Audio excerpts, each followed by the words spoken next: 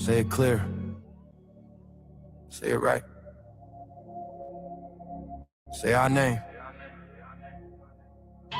Built this nation with our bodies and brains. You benefit, don't give us credit, say our name.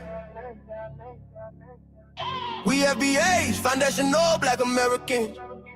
You want us to fight every time you in pain, but when it's time to vote for, silence remains.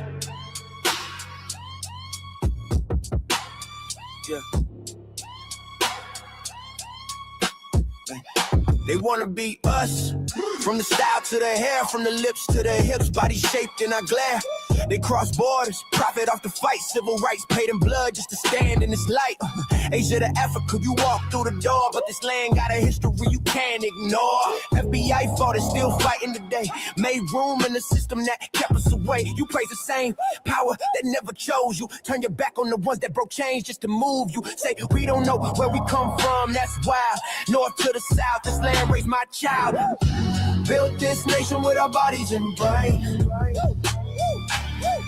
You benefit, don't give us credit, say our name. Say our name, say our name, say our name.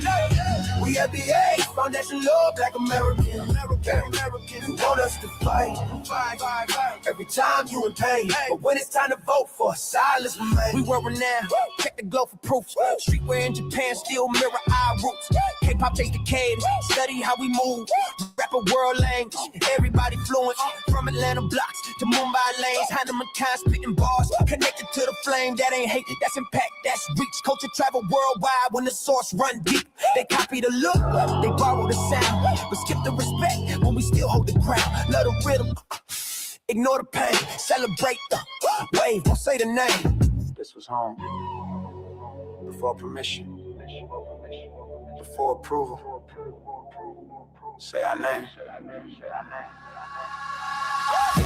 Built this nation with our bodies and brains.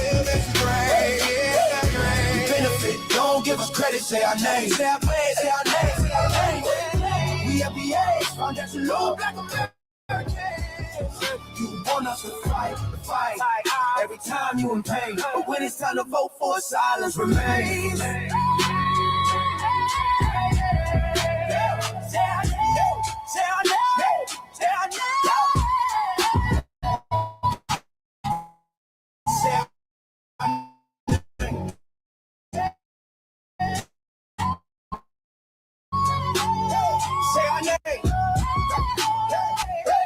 Don't need your respect, never needed permission. We built everything when we weren't even seen as human. Biting the hand that fed you, surviving on scraps. FBA stopped begging. We learned to build from scratch. Say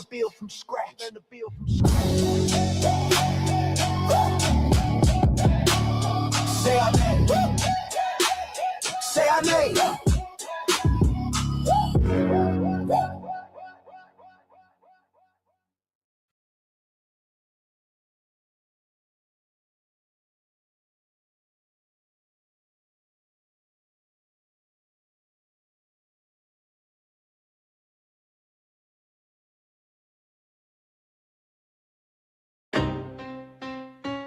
Y'all don't hear us. Pull up a seat and motherfucking listen.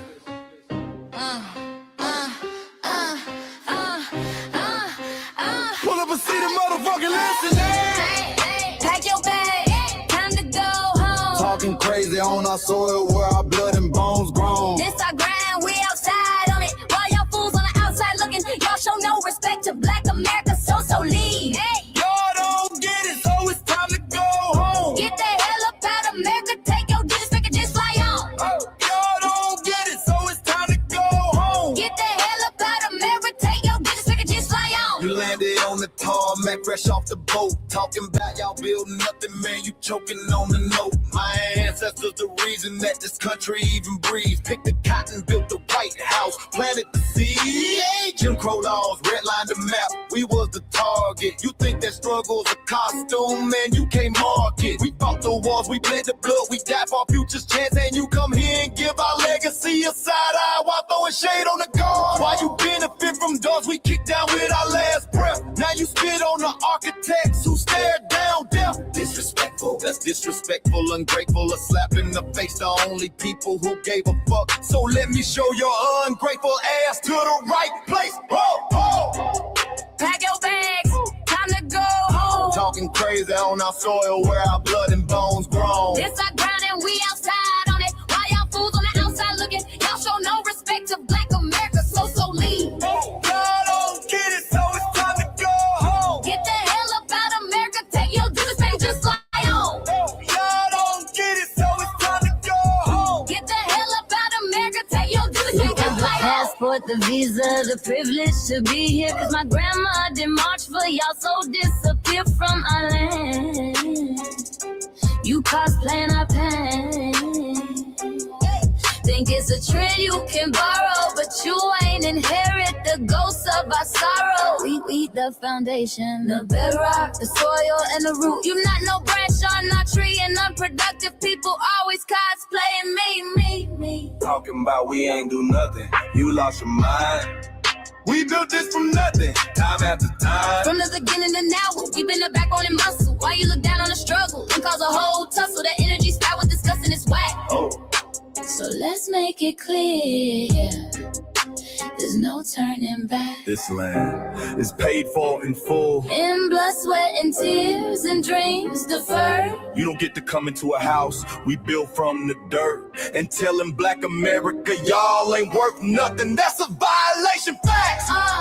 Pack your bags, time to go home. It's our soil on our soil where our blood and bones grown. Show respect, this our ground. Y'all just tenants on a leash. Or get the step. Show no respect to Black America, so leave. Don't get it, so it's time to go home. Get the hell up out America, taking your business like it just like home. Don't get it, so it's time to go home. Get the hell up out America, taking your business back and just like home. Yeah, fly little birdies. Fly on back to where you came from. This ain't for you.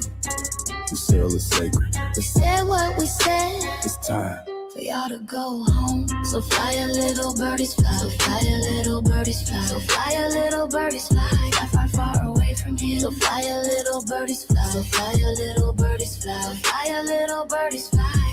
Far away from here. So fly a little birdies fly. So fly a little birdies fly. So fly a little birdies fly. Far away from here. So fly a little birdies fly. So fly a little birdies fly. So fly a little birdies fly. Far away from here. Bye bye, little birds.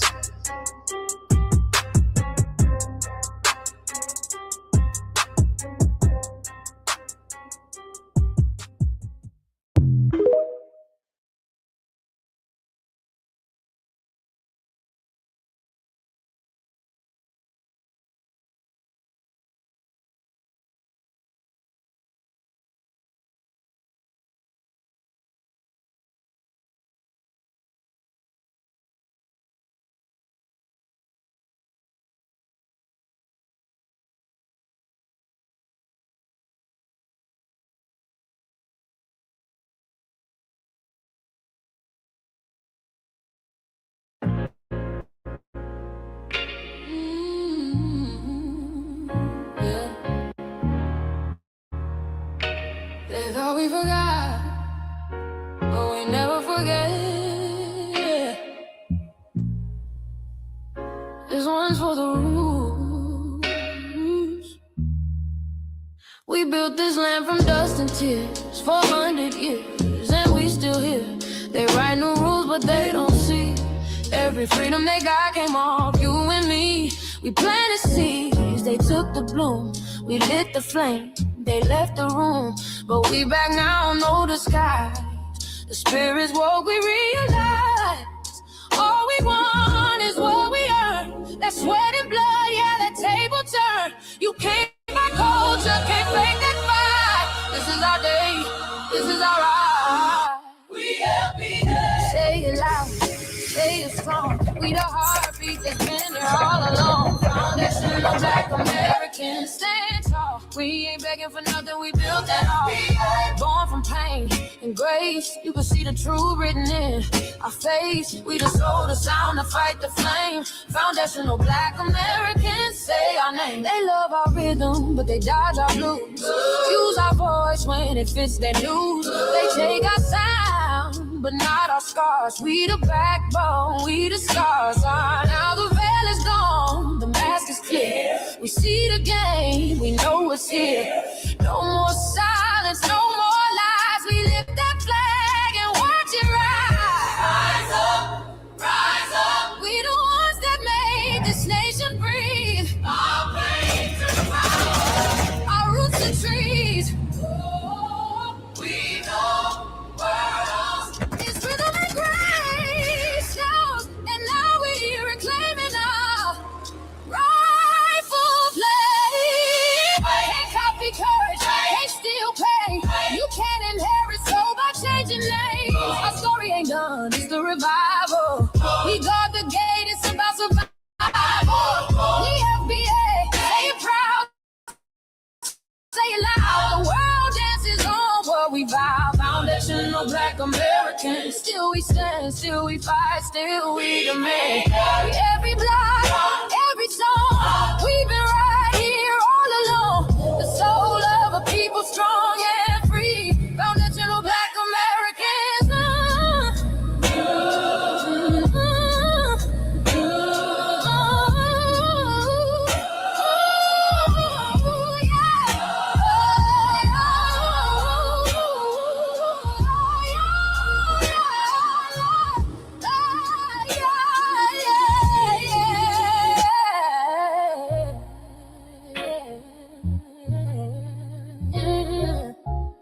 We the first, we the rule, we the fire. Still rising, still here. Foundational Black American. We set the tone and they copy the cadence. Dance to our drums and deny the foundation. Wear the style but don't honor the source. Smile in the crowd and you distance and force. Say you not us but you rap like we breathe. Take the rhythm, then fuse the receipts. I ain't mad, I'm just holding the glass. Showing the mirror, now answer it back. I ain't here to cancel nobody. Just keep it honest, keep it solid. If you eat from the table we built, don't act surprised when we guard it. Do you like that? Do you like that? When I flip your sound and I ride like that. Do you like that? Do you like that? Do you like that? Cause that's how it feel when you borrow my culture. Then act like we never mattered. Hip-hop.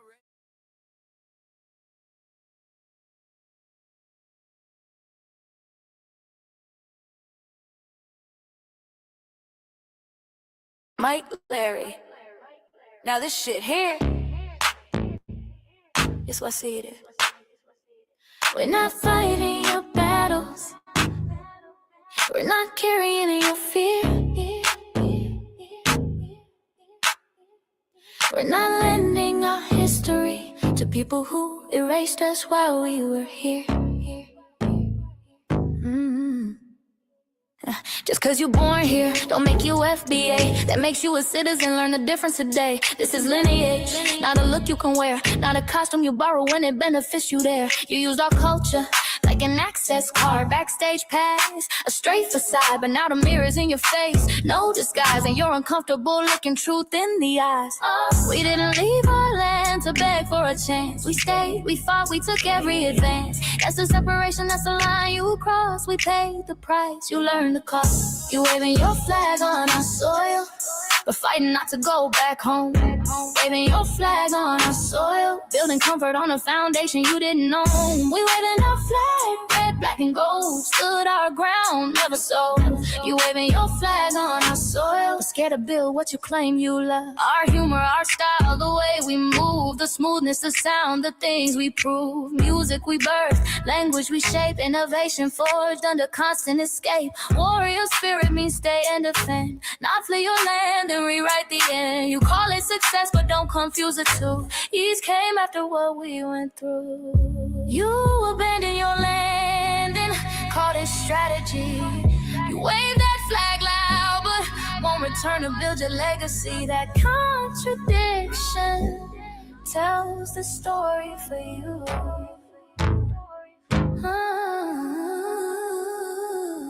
You waving your flag on our soil, or fighting not to go back home. We waving ours where we were forged, every inch earned, every brick known. We can't be deported, and that truth changes everything. We can't be deported, and that truth changes everything. We know who we are, and now we see who you are too. Just because y'all born here doesn't make you FBA at all. It makes you an American citizen. It's biologically impossible to be us because it's a lineage, not some damn costume you can just put on to look cool.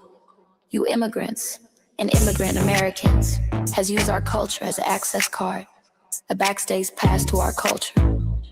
Now y'all have to look in the mirror. Our sense of humor, the aesthetics, mannerisms, the style of dress, the smoothness, the creativity, our genres of music, innovativeness, our slang, our warrior spirit by staying on our homeland and fighting and not fleeing to somebody else's land to beg for a better life and shit on the very people who fought to have us there. That's who we are. And we know who the hell y'all are waving your flag on our soil and fighting to make sure y'all don't go back.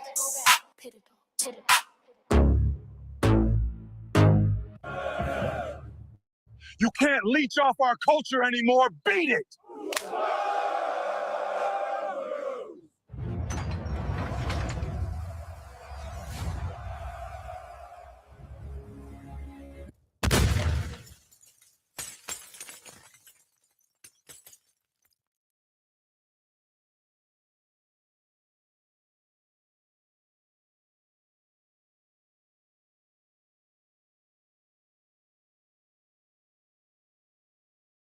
Mike Larry, man,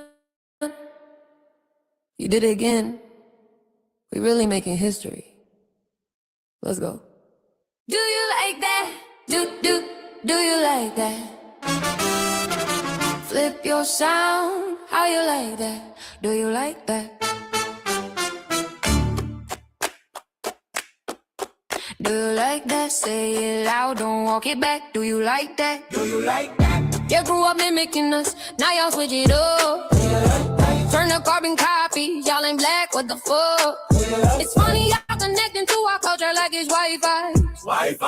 Surfing on our waves of our culture, no more agua. Still in my culture for all these years. Look how time flies, all these colonizers in disguise. Y'all hate, y'all still hate us outside. Study doctor, vampires, the blood of our guilt. They copy the flavor, sip the juice. Love the results, hate the truth. Who? Do you like that? Do you like that? Do you like that? Flip your sound. How you like that? Do you like that? Democratic shields, talking points, the road they fill. Fish and chips, agent on the mic, judging FBA, but ain't you half white? Talking like you one of us, we need a proof face. The agent type with the prune face, like 50 and Jim, it's a cold game. Throwing stones cause we built our own lane. I'm joking, kinda, but I mean, smile calm, pressure intact.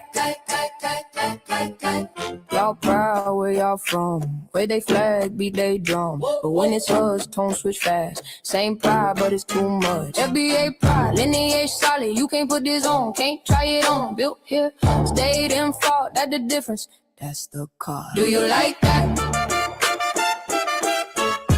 Do you like that? Say it clear, don't twist the facts. Do you like that? Yeah. Do you like that? Do you like that? Point made. No edit. No care.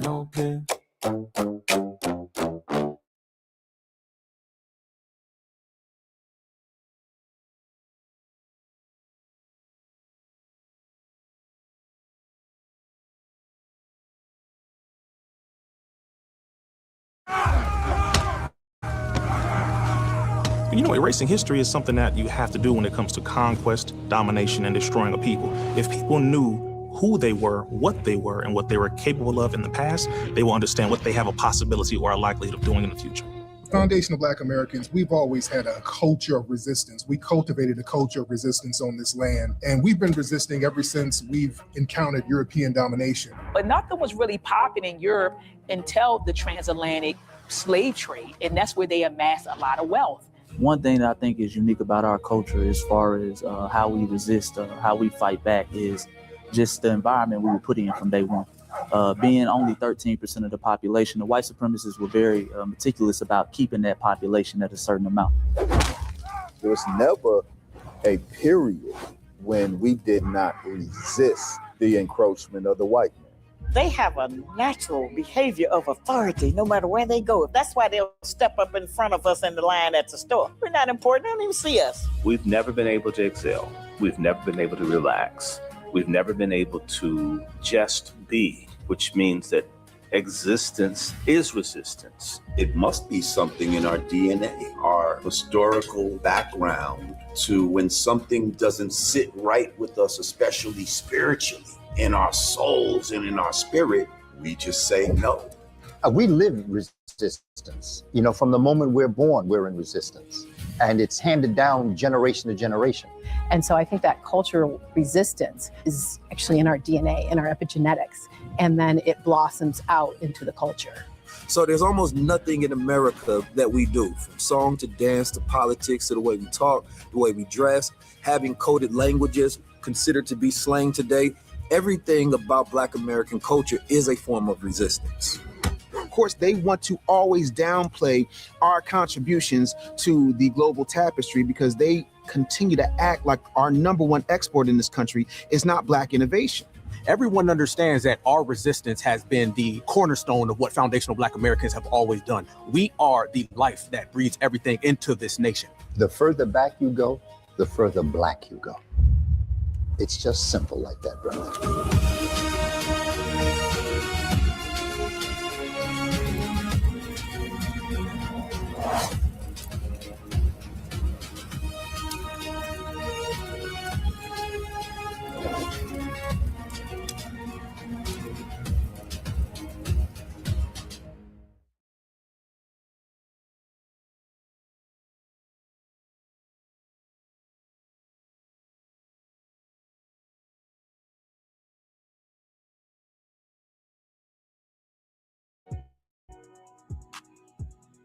Introducing the B1 Rolodex, the easiest way to search for and support FBA and B1 businesses. Hundreds of entries from the Black grassroots for the Black grassroots. Free to use, free to download, constantly updated. Trouble navigating the document? Try using the map version. Notice a business missing? Use this simple Google form to submit an FBA or B1 business. Also submit anti-Black businesses, which are now being collected in that last tab. Find resources, contact numbers, and much more using the second tab. All the info you need to start practicing group economics today. Go to blacktruthunited.com. That's blacktruthunited.com. Greetings, Black family. Greetings, and thank y'all for tuning in to another episode of the Frontline Black News. I'm your host, Che Crewman, and we're joined with the other host, Lady Che, and we should be joined here. Our West Coast correspondent, Shabaka San Corey, the Shabaka's Black Experience Enhanced, which we just had, and on this Season 6, Episode 38, or Trey 8, Part 3, Continuation, Part 1 of the Frontline Black News.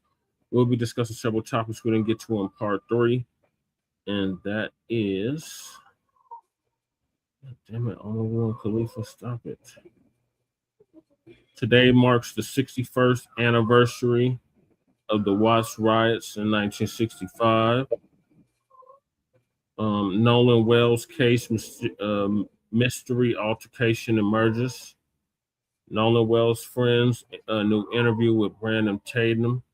Officer Tater Tots is causing this issue for the investigation. Dalton Eatherly, otherwise known as Chud the Builder, Chud the Bussy, released on $1 million bond. Courtney Cheney pleads guilty, what her 6-year sentence actually means. 3 skinheads attack Black Marine on California Pier. Dr. Kubar, Dr. Umar on the disturbing death of Daniel Erving, who drowned, and his friends.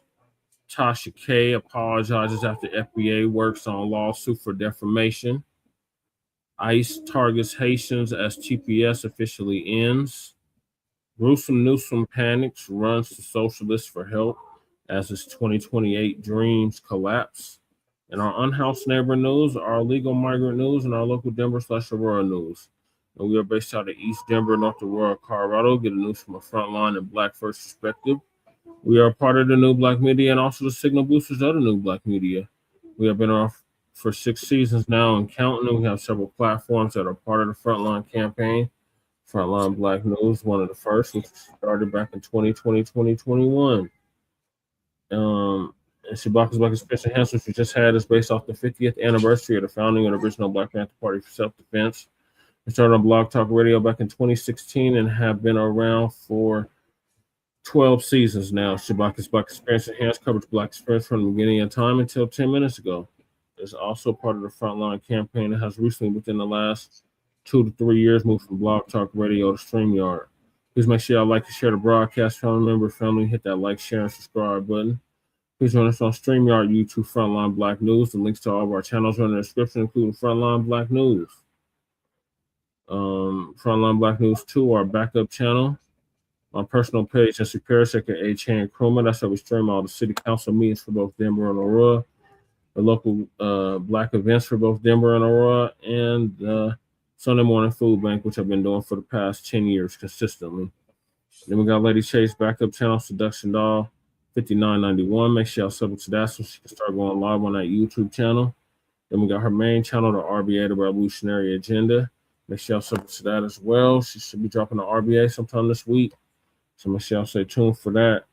Then we got Shabaka's YouTube channel, Genet1. Make sure y'all sub up to him. He needs one more subscriber, and he can start going live on YouTube. So make sure y'all subscribe to Genet1 if you haven't already. The link is in the description. Then we got our cousin, our local out the Bay Area, Jay Militant. Make sure y'all sub to Cuz channel 2, What's Cracking TV with Jay Militant. The link to his channel is in the description. Then we got our brother Kukizi out the Mile High, who used to do the intro track for the Frontline Black News and is now doing the FBA culture reports.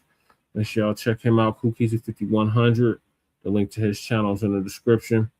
Then we got our brother Breeze Omega, my brother from another mother, who was just on Shabaka's Black Experience Enhanced with us. Make sure y'all check him out, Breeze Omega on YouTube. The link to his channel is in the description. Then we got our brother Church at Black Power, brother from West California, who's now in Houston, Texas. Make sure y'all sub to his channel as well, the Church of Black Power. The link to his channel is in the description. He interviewed me about 2 weeks ago, 2 Fridays ago. So make sure y'all check that out. Then we got our brother Torian Rain Reloaded, who's been around for a decade plus and actually put Lisa Cabrera on. The link to his channel is in the description. Then we got starting out Lisa, brother Black Truth United. Make sure y'all sub to his channel as well, Black Truth United on YouTube. He came up with the B1 Rolodex, which is a modern day green book for FBA and B1 businesses alike. And a link to his channel is in the description. The link to the Rolodex is in the description. The link to submit your business to the Rolodex is in the description. And the link to the FBA threat database is also in the description. Then we got the Freedmen Reparation Parties merch website. That's also in the description. Then we got Council of the Congressional Black Caucus to create a foundation of Black American Caucus, long overdue. The link to that is also in the description. Trying not to change our petition if we haven't already. Then we got Michael's petition for Congresswoman Nikema Williams out of Georgia to introduce and fully fund the Anti-Black Hate Crimes Act now. The link to that is also in the description. Make sure y'all sign that if you haven't already. Then we got Sister Brooks' call to action, or Sister Brooke out of New York, BK to be exact.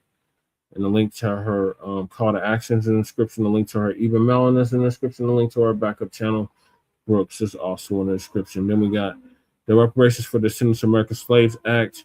Make sure y'all sign that change.org petition if you haven't already. Then we got Lady Chase GoFundMe. Donate to that if you haven't already.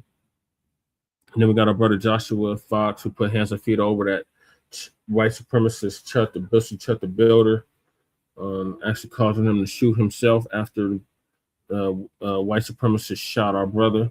So make sure y'all donate to his GoFundMe. Our brother Joshua Fox, not Chud the Bussy. The hell with him. The link to his GoFundMe is in the description. Donate to that if you haven't already. Then we got Stop Netflix from releasing a damaging docuseries about Michael Jackson. The change.org petition. Make sure y'all sign that if you haven't already. The link is in the description. Then we got the medical examiner in the Nolan Wells case. Petition to revoke Stacey Turner's medical license.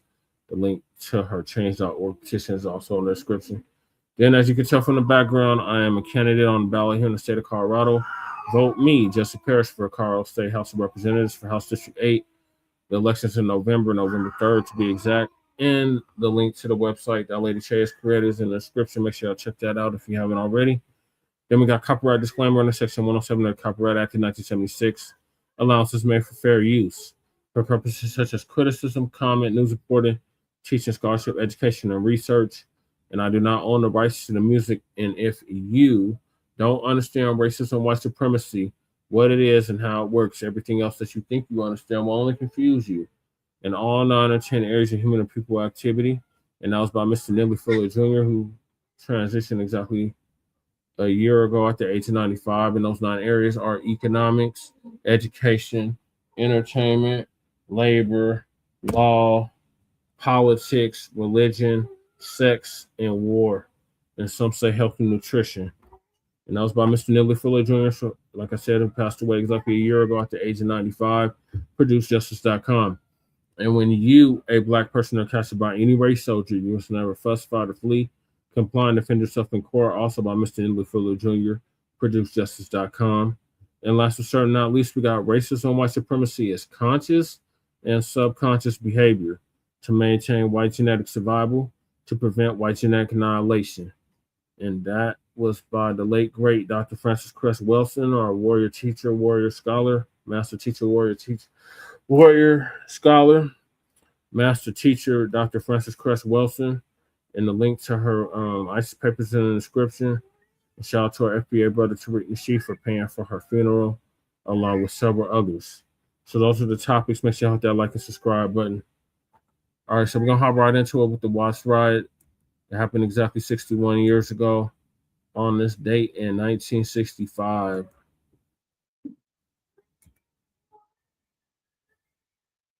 And greetings, Lady Che. Thank you for joining me.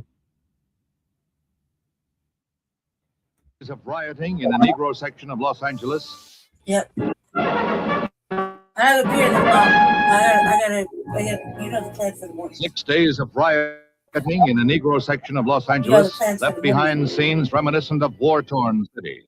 More than 100 square blocks were decimated by fire and looters, and few buildings were left intact. Firemen were harassed by snipers and brick-throwing hoodlums as they attempted to control the fires, many of which were left to burn themselves out. As the National Guard moved in to restore comparative calm, the losses by fire alone were put at $200 million. No attempt has yet been made to estimate the losses suffered at the hands of the looters who stole everything from liquor to playpens.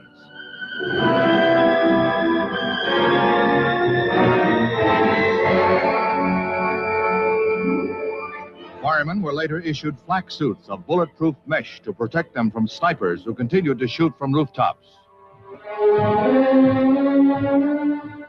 Nearly 3,000 were arrested, and authorities had to open abandoned jails to house those netted by the police.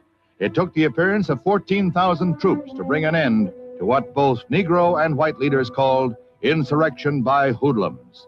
Civil rights leaders were quick to deplore the unbridled lawlessness, and Martin Luther King vowed to do all in his power to prevent a recurrence in Los Angeles or anywhere.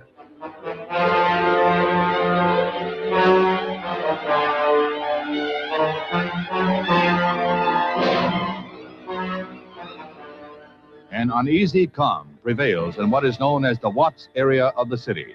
A curfew was put into effect, and the entire section declared off limits to all but residents. The people who live here are suffering great hardship with no grocery, drug, or other service stores able to operate.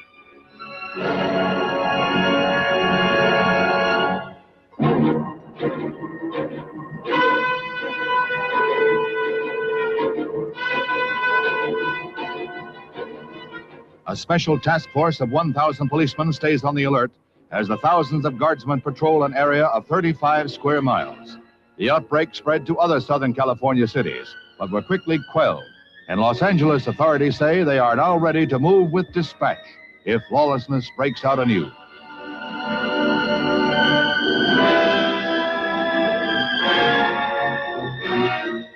The riots in Los Angeles have written a sorrowful page in American history.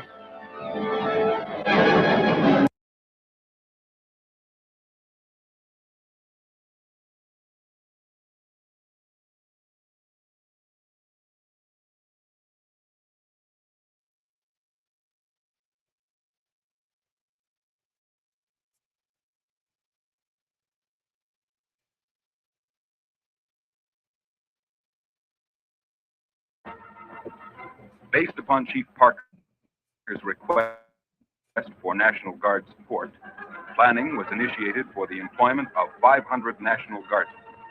However, because of the continuing deteriorating situation in the riot area, the troop requirement was expanded to approximately 1,000 men by that afternoon, when the proclamation was signed and the order for the Guard to assemble was disseminated. Among the elements of the 40th Armored Division, which were initially called for riot duty, was the 1st Battalion of the 160th Infantry, located in Glendale, California.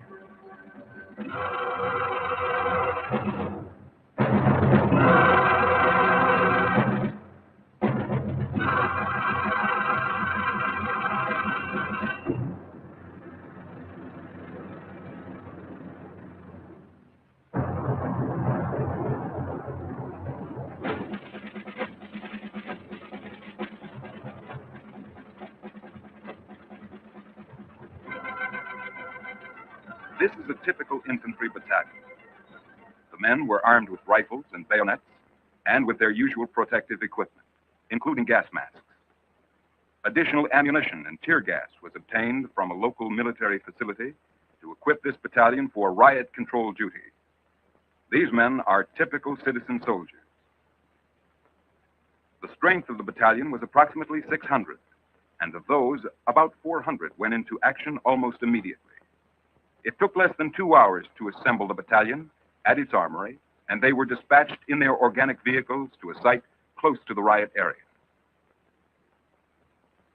The men were briefed, issued additional equipment and ammunition, and were in the riot area by 10 p.m. that night. As the men assembled, some of the procedures they were to follow were rehearsed in the armory. All of the National Guardsmen employed in the riot area had received basic training. None of the men had experienced riot control, however. Many of the officers and non-commissioned officers had fought with the division or other active Army units during World War II or the Korean emergency. The directions to the personnel of the division were based on the order to use the minimum amount of force necessary to contain the problem. This particular organization was one of 6 battalions, which were employed the night of Friday the 13th. Additional elements of the division, en route to their respective training sites at Camp Roberts for 2 weeks annual field training, were diverted and returned to the Los Angeles area the next morning. By noon of Saturday, there were in excess of 5,000 men of the 40th Armored Division employed in the riot area.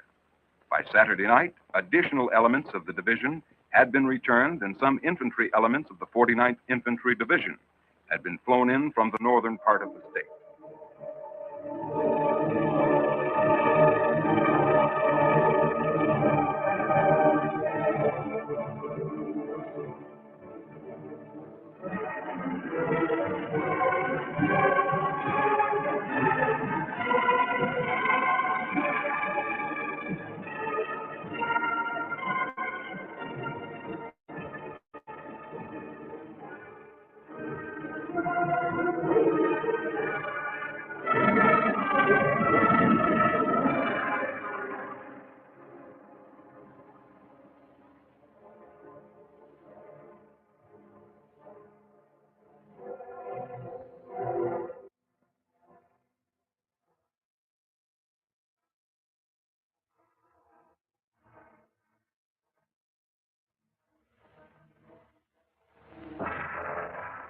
enforcement personnel employed typical riot control tactics and weapons.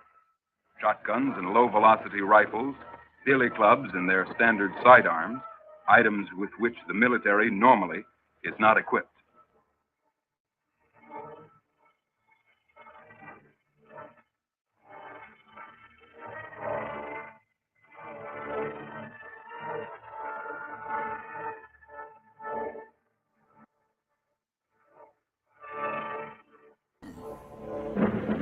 Burn, baby, burn. Burn, baby, burn. Calling out around the nation, ready for a brand new beat. Summer's here and the time is right for dancing in the street. They doing it in LA.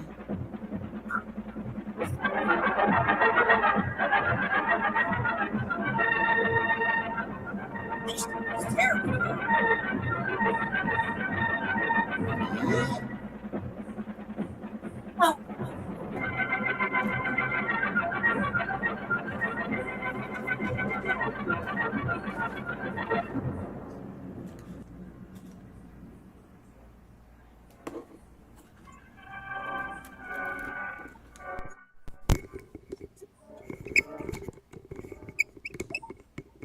The National Guard employed no armored vehicles or tanks. Some of the one-quarter-ton trucks had machine guns mounted, and in only 2 instances was it necessary to employ those. To quote Montague, burn, baby, burn.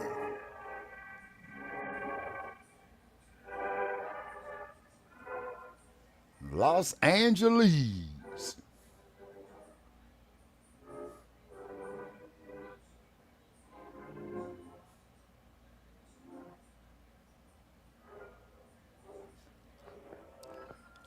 With the tremendous amount of damage that was done to the area, somewhere in excess of $250 million, it became difficult for the citizens who were living in the area to continue any kind of normal activity.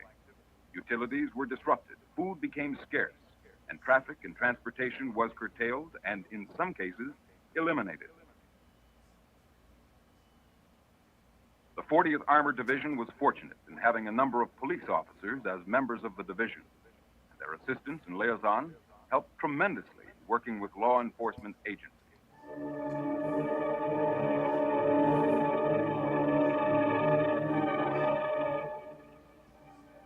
A curfew and blockade of the entire area was imposed and lasted in excess of 48 hours.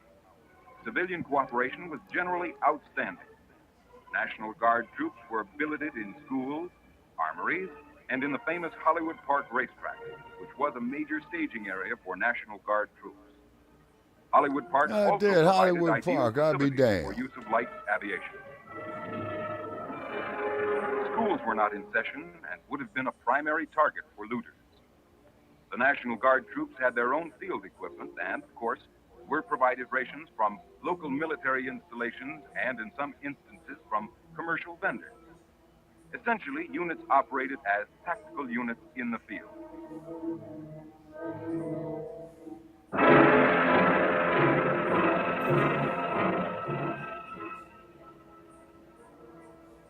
It was determined that when National Guard personnel were present, that the riotous activity subsided appreciatively.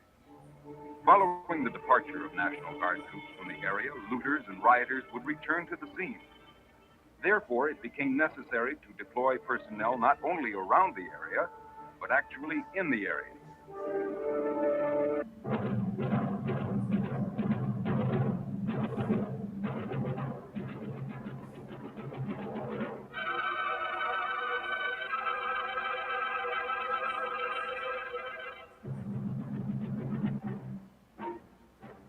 The attitude of the majority of the residents toward the military was good. In many instances, they openly expressed themselves as being pleased that the military had been called.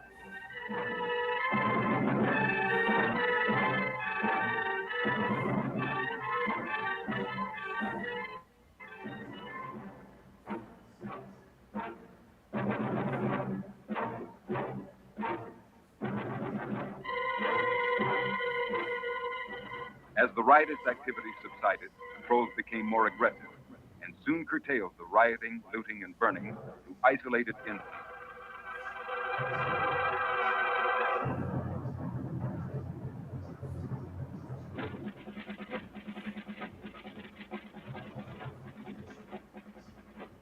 As the 49th Infantry Division elements moved down into the area, they assisted materially in containing the disturbances and then relieved the elements of the 40th Armored Division, who were able to proceed to their annual field training site and conduct the remaining 2 weeks of their active duty training.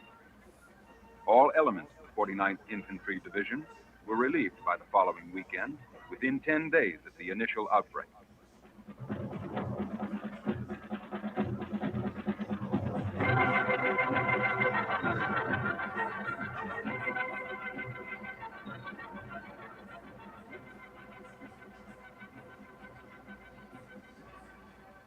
The most difficult burn, periods baby, were those burn. of evening and night hours. During the daylight hours, control was much more effective and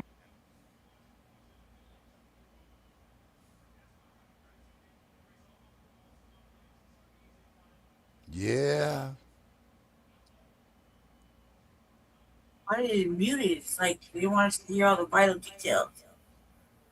Because you see, Lady Che, what it is that the California Highway Patrol was wrong on what they did to Mr. Fry. Okay? See, they making us look like a criminal element. To quote the words of Malcolm X, the black community is the highly policed community, okay, yet it has the highest amount of crime. So surely the cops must be in cahoots with the criminals. That's what Malcolm X said 3 years earlier in that same city.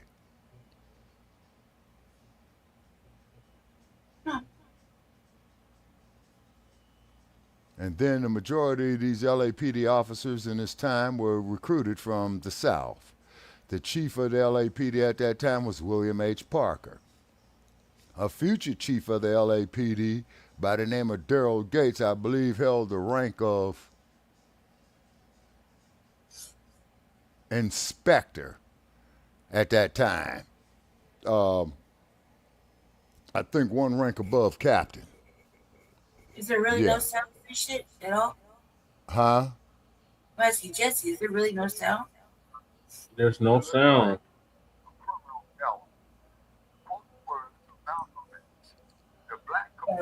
Well, we can hear ourselves echoing through your phone.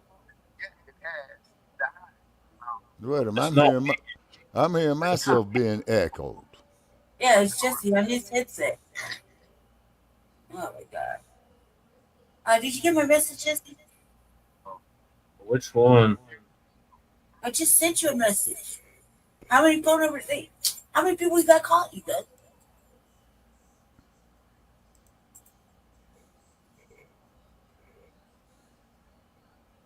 Anyway, I'm gonna have to go here shortly.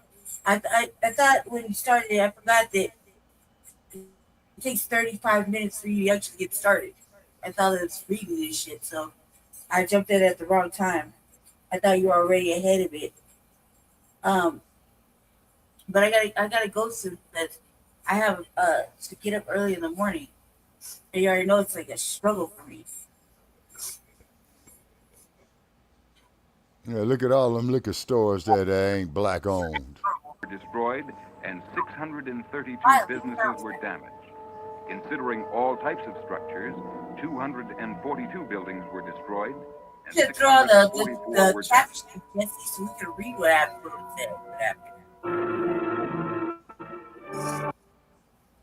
There's nothing to read if there's no cap, if there's no sound.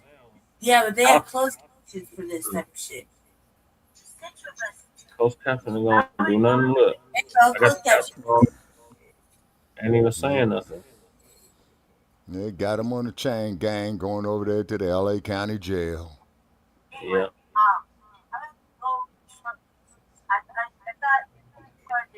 Them captions ain't gonna do nothing, Lady Chef. There's no sound.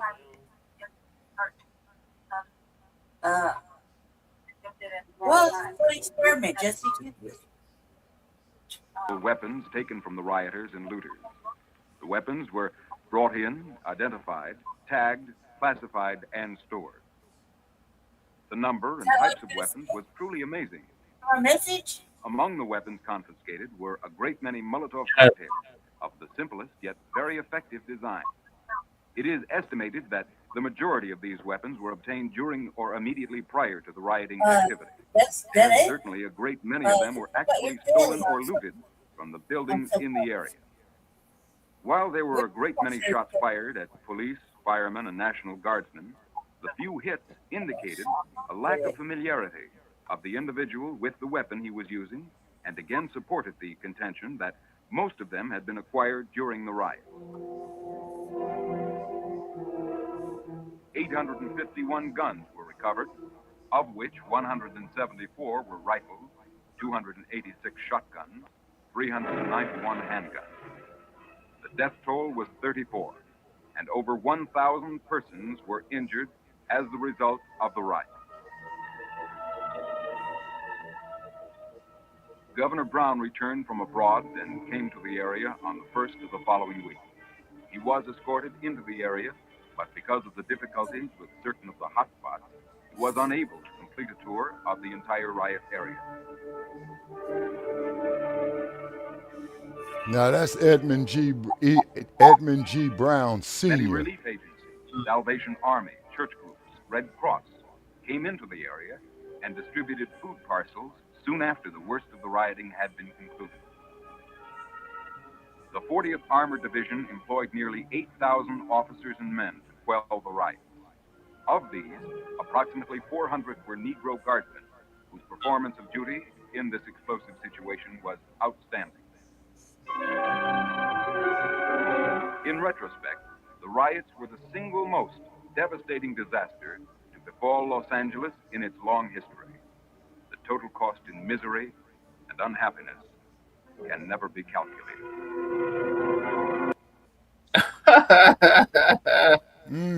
Until 1992. Right. What are you laughing about? How he said that, I was just like, really? Yep. Yeah. Calling out across the nation. Are you ready for a brand new beat? Audio is something else. Summer's here and the folks are dancing in the street. Yep, so this is even more footage. They hope there's more talking in the footage. Hey, I have no control of the footage. Just What you do, Jesse? Carry on. You can review it first before you show it. I didn't have time to review Oh, it. just go play. Let's play. Let's play.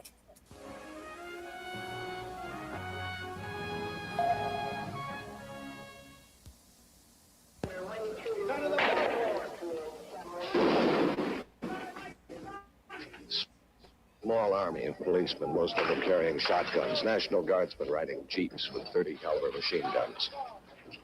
Bodies of several Negroes who have been shot already in this battle, stretched out beside the curb. Acres and acres of broken glass, burned, gutted, and looted stores and offices. And now, this hunt, like something out of a bad war movie. A Western, perhaps. Policemen on the rooftops, in the streets. They think now they've found the man they're after. That was part of the Civil War fought on the streets of Los Angeles one night this summer. Violence set off, according to some of the participants, by a history of ancient wrong. I think it started 400 years ago. And things just kept building up. And heat, one thing. And I'm getting tired of being pushed around by you white people, that's all. You couldn't talk to anybody. There was nobody to talk to. You couldn't talk to the cops because they don't want to talk to me. They want to beat my brains up. Just like they've been doing all the time. And the only way it seems that we can ever get anybody at any time to listen to us is start a riot. We got sense enough to know that this is not the final answer. Right at the beginning. Governor, I hand you the report, been prepared by your commission.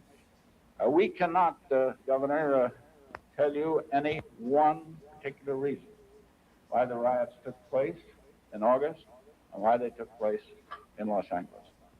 Tonight, CBS Reports examines the question of what's. Was it a local riot or the beginning of a national revolt? What started it?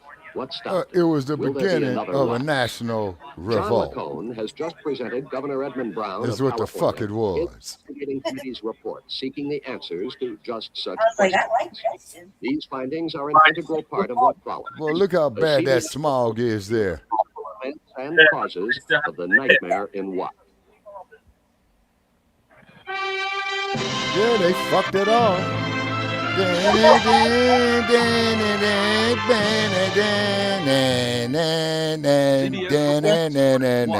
Fuck the city of Los Angeles. You motherfuckers knew what you was doing when y'all beat up Mr. Fry. Okay. Fuck Daryl Gates and that shit that he wrote called Chief, where he was an inspector, because I read the goddamn book. Fuck William H. Parker. He was a goddamn drunk. You know what I'm saying? And he was a hateful son of a bitch. So, what the fuck did you expect? Of a national social revolution, a carnival of hoodlum lawlessness, or the product of a Motherfucker, the hoodlums are the ones with the badges. If it was a riot, why did it happen here, in the community thought to be least caught up? Why the fuck would it not happen there, A Trick? Frenchman who looked at his own country's revolution 175 years ago left us with a comment which may give some insight. He said, "The evils which can be endured with patience as long as they are inevitable seem intolerable as soon as a hope can be entertained of escaping them." Ask questions. In the past 25 years, more than 300,000 Negroes from other parts of the United States have come to Los Angeles in the hope of escaping evils they had endured with patience. But on the night of Wednesday, August the 11th, that patience ran out.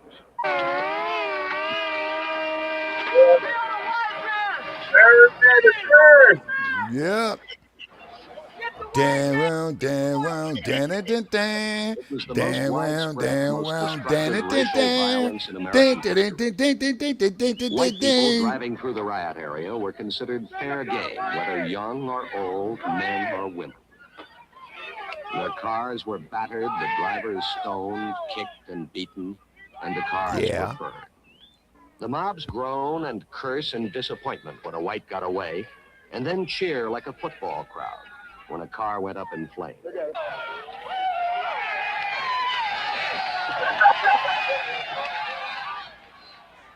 The burning and looting, the shooting and beating went on for nearly a week.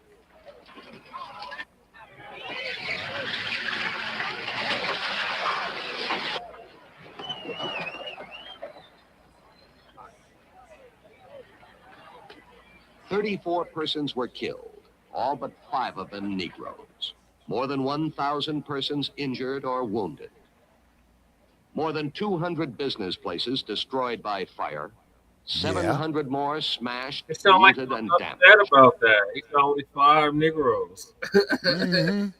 Yeah, Mm-hmm. only 5 of them got killed. Yeah. Negro merchants sought to protect themselves Brother with say hurriedly Negro scrawled on, appeals. spare me prize, cost in brothers. dollars, even now, Same is hard to Negro estimate. on, my brother. Perhaps 50 Yeah. million, Now, 60 keep in million mind, or more. people. Hey, Val. Nearly Now, keep in 4,000 mind, persons arrested. Black owned. Okay, they repeated it the same thing in 1992 as well too. Yep. And there were black-owned businesses that were in fact spared because of that. Drop that purse and get your hands up. You know what I mean? The way he says Negro, that's what Get your hands up. Let's go. Come on. Look at that, gonna kick the brother in the Negro leaders ass. blamed it on a variety of social elements. Poverty and unemployment, poor schools and bad housing, all of which add up to discrimination. But most of all, said the Negro spokesman, police That's how hot brutality. I feel in my And the room right mobs now. agree.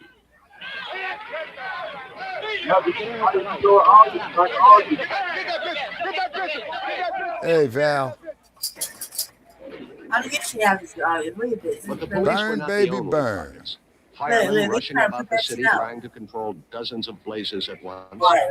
were showered with rocks and bottles and sometimes found themselves under heavy gunfire. Control 12, calling The mobs hated authority, but more generally, they hated all whites. And before the mobs, here we go with this. Before they spent themselves, by the time the rioting had run its course, the police had been forced to plot their action over 54 square miles in the middle of the nation's third largest city. Damn. 54 square miles, more than twice the size of the entire island of Manhattan. Damn. Indeed, Harlem or South Chicago, where steaming, rat-ridden tenements are the raw material of riot, seemed the most likely to produce those northern explosions that were predicted in white America's anxiety over the Negro Revolution. No one expected the flashpoint of discontent to be in the sprawling, bungalowed 450 square miles of Los Angeles. Yet it did happen there, in an area holding 1/6 of the county's 523,000 Negroes. Watts is a ghetto, but not a slum, as the term is known in older cities. There are streets of trim, lower middle-class homes, and there are squalid areas of condemned houses with people living in them. 2/3 of the adults have less than a high school education. 1 in 8 is illiterate. What the fuck Of does every that 10 do? homes, 9 were built before 1939. No, 1 in what 5 they is saying, deteriorating. Lady Che, Watts has the lowest average income rate in they, Los Angeles County. what was that, the Kerner $4,000 Commission? per year, compared If I with got more it than right, I $8,000 think per that year they was for the looking white at community. the Almost cause 60% of of it. the Watts families receive some sort of welfare, against an unemployment rate that holds around 30%. 1 of every 3 teenagers comes from a broken home. The school dropout rate is more than twice that of the city overall. Most residents are newcomers who joined the modern gold rush to California of the past 25 years. Many are newcomers from the most backward parts of the Deep South, poor and ignorant Negroes who have no skills to offer Man, a big fuck city you. What the employment, hell you no mean, desire poor and for ignorant classroom learning, Negroes? not even the knowledge of how to live in urban surroundings, often not even the knowledge of how to use plumbing. They crowd together, these backcountry refugees, 1,000 new ones every month pouring Backcountry into Los Angeles. refugees. And they Why, find you in the land of motherfucking golden promise cave-dwelling, that there still are troglodyte white raw on men, babe white Nabisco merchants, motherfucker, white fuck landlords. you. It began, as many race riots have begun, with the arrest of a Negro by white officers, right here at this corner. In this case, 2 young Negroes were stopped by California highway patrolmen and charged with drunk driving. Los Angeles, There Val. was a scuffle and a crowd gathered. The mother Yes, of the 2, Val, their that's Los brothers, Angeles joined of in, the past before and they she built and up another all the woman the crowd thought was skyscrapers. pregnant Exactly, were pushed Val. They and did shoved. have skills. The highway patrolmen were on the scene 40 minutes. Hell of yeah, they furious, had some skills, because suggested you had a lot of them law that was in working in face the of a aircraft gathering hostile industries. crowd. The McCone Commission dug thoroughly into this event. It found no basis for criticizing the conduct or judgment of officers on the scene. But no one questions this was the incident, nothing more. Okay, The now you spark see, that people, lighted the fuse. this is what caused In the 1992 to background is a happen. long chronicle of defeat and disappointment, of discrimination and Negro grievances, of pure hate for the white man. There was, for instance, in the spring of 1962, a gun battle between Negroes and police outside the Los That's Angeles what Mosque Brother of the Malcolm Muslims, was speaking about when I was at built that around the speech. belief that all whites are evil, that complete separation of the races is the only hope for America. Yeah. In that gunfight, 1 Negro was killed, 14 Ronald wounded. Stokes. Some Los Angeles citizens believe the Muslim shooting so crystallized Negro feelings that from that point, April 1962, big trouble was inevitable. There were other humiliations, distantly noted by whites, but resounding in Watts like a slap in the face. Negro Catholics prayed as the head of the Catholic Archdiocese, James Francis Cardinal McIntyre, declaring Negroes to be better treated in Los Angeles than anywhere in the United States, laid down for his clergy the line that racial problems were to be treated as political rather than moral issues. A young priest, Father William H. Dubé, challenged the cardinal, insisting race discrimination is immoral and therefore a direct concern of the church. Negroes watched while the clergyman dispatched a rebellious and futile appeal to the Pope in Rome. All of us concerned with giving our Negro congregation positive leadership in their yearning for full protection under the law, equal opportunities for education, jobs, and housing, cannot reconcile the clear teachings of Christ and the church with the restrictive and nullifying policies of the Cardinal. We're at I urge you, therefore, to remove Cardinal McIntyre from office. Negroes watched, too, through the long political campaign of 1964, when the major issue in California, bigger even than the Johnson-Goldwater contest, was fair housing. State law requiring the sale of homes to any person able to pay, regardless of color, under attack. White organizations, led by various real estate groups, collected signatures for a referendum which would repeal the law. Martin Luther King came to Watts to spell out the meaning of the referendum battle, but the great majority of California voters rejected law-enforced non-discrimination in housing, the majority telling the Negroes to stay put. The McCone report cites that vote as a major factor adding to Negro resentment. And there were other factors, too. Might have a TV, they can see the nice things in other parts of the city, and they're tired, they're hungry. They are more educated. They know what's going on in the world. They see millions and billions of dollars spent on rockets and first one thing and another, sent overseas to other countries. And here in their own country, you know, they're hungry, they're out of job. Finally, there was haggling over the poverty program. Indeed, the very day the riots began, this was the headline in the Los Angeles Times. In Harlem this past summer, poverty funds were used to give jobs and money to thousands of young Negroes. But in Los Angeles, not 1 cent was put into the poverty area. Despite all these aggravations and evidence of white indifference, Los Angeles' long history of freedom from racial strife, plus the fact that it had weathered the troubled summer of 1964 without difficulty, now, had created a keep false in sense mind, of Black well-being. family, So that when if the violence did LAPD erupt, caught your its ass up impact there in seemed Hollywood many at times this magnified. time, Indeed, the supposed you better had lessons known of peaceful somebody. Los Angeles had been cited proudly to lawmen around the country by its chief of police, a man known for his integrity Yes, William and the H. Parker. bluntness of his opinions. Thus, after the first night of violence, embarrassed perhaps and understandably edgy, Chief William H. Parker faced newsmen. What do you want the policemen to do? Do you want to mass them in there for what purpose? Of pinning everybody down or what? And Daryl Gates you to explain had stated in his book that he was a disciple of William H. Parker. And they can't send all the men in to watch and allow all the rest of the 450 square miles to be open season to every petty criminal and burglar in town. So this is the answer to the question. Someone like Dr. Martin Luther King should be down there? No, King doesn't.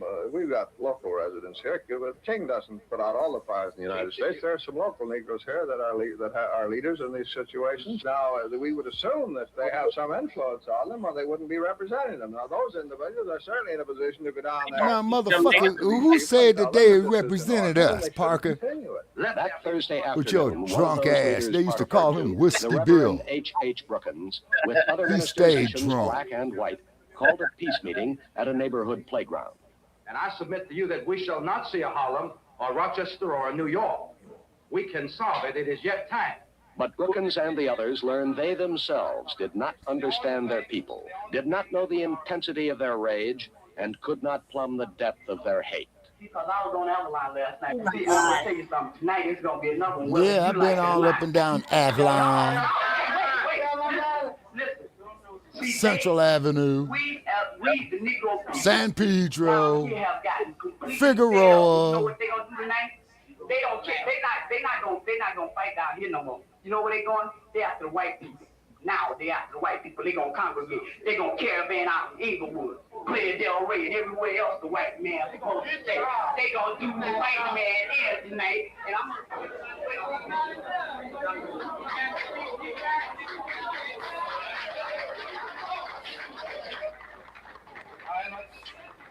Violence, there is the seed of its own destruction.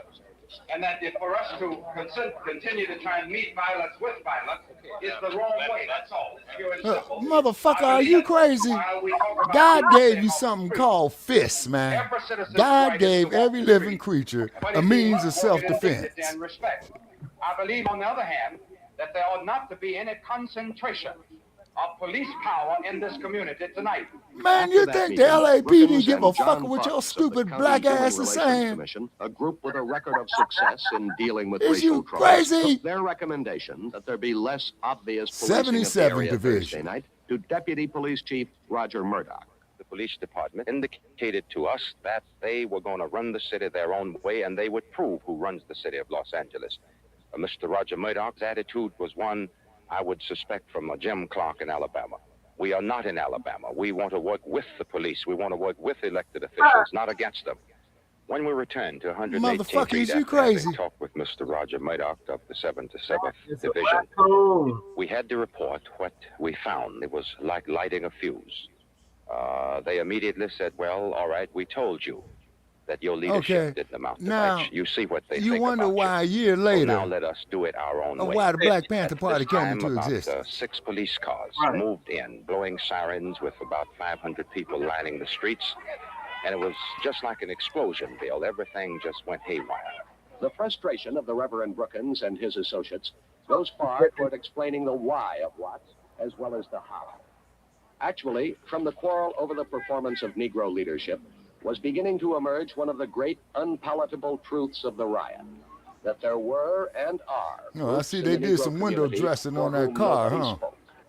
Most of the Negroes who hold elective office in Los Angeles stayed out of the area. And keep in mind, State Assemblyman people, Mervyn Dimely, a resident of the riot area, was there constantly. Merv and he Dimely. spoke the truth no one wanted to hear. Remember him? Shall I relate to you an incident? Yeah, Merv Dimely was the lieutenant governor of California. Thursday, and what Friday they did morning, I went up to a group is that they got rid of his ass and I said, listen, baby, let's and cool it. replaced him, said, but they man, still where you kept from, Baldwin Hills?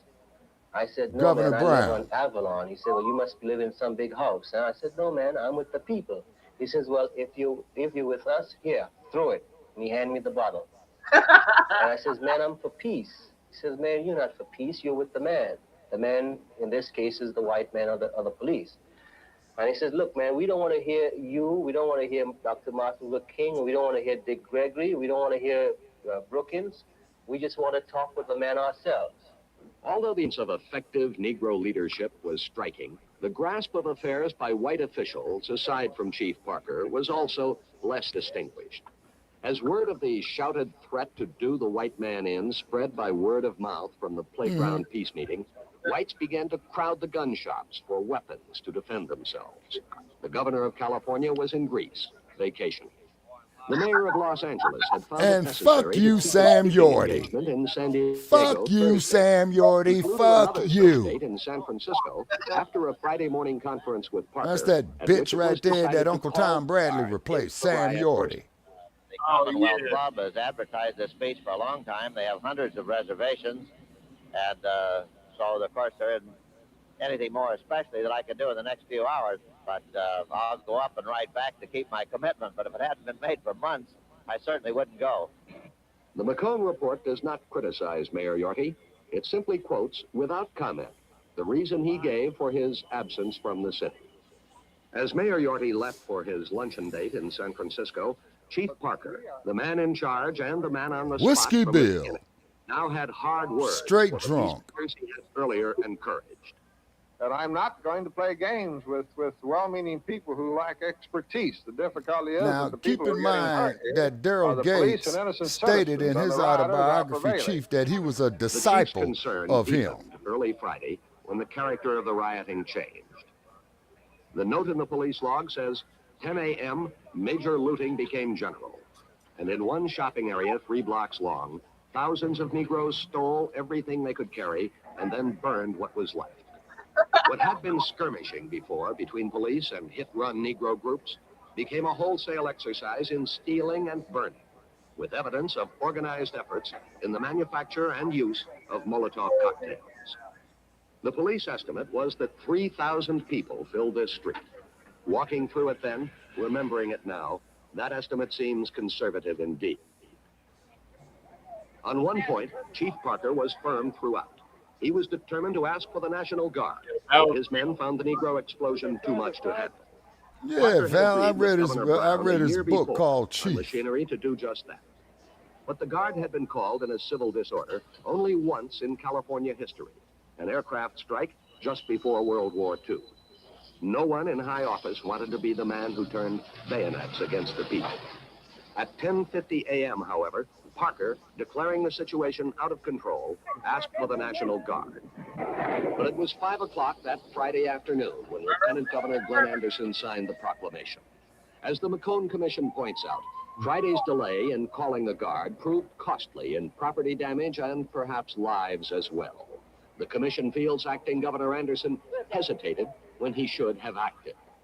Further escalation of the riots possibly could have been avoided, says the commission, if a group of guardsmen available only a few miles away had been deployed, as they might have been, by mid-afternoon Friday.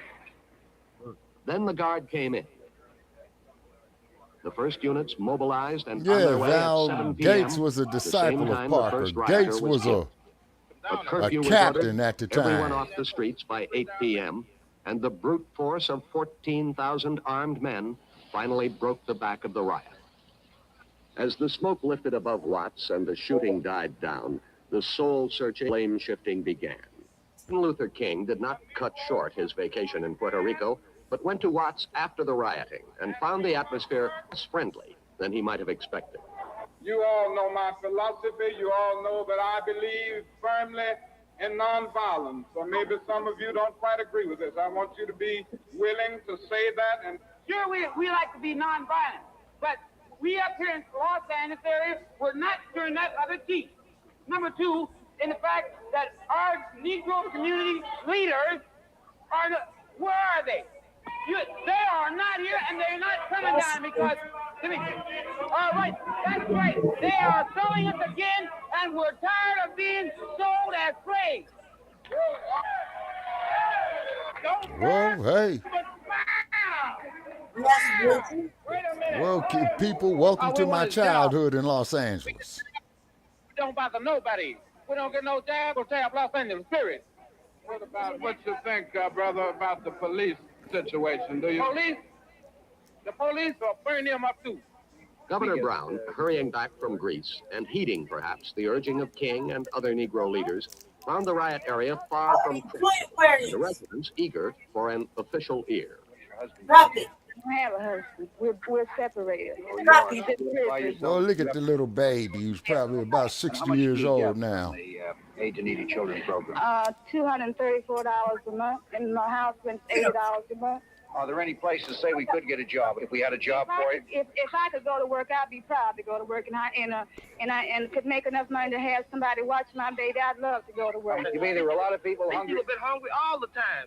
Like just two or three days before all this happened, these people were just about starving to death, waiting for the first till they got their check. Right. They needed it. You mean this was a continuing situation down here? All the time. Well, I mean, don't they get the money from welfare? I mean, we have the aid and needy children program. They need jobs. That's what they need. But creation of jobs depended in some degree on settlement of the city dispute with the federal government over administration of the poverty program.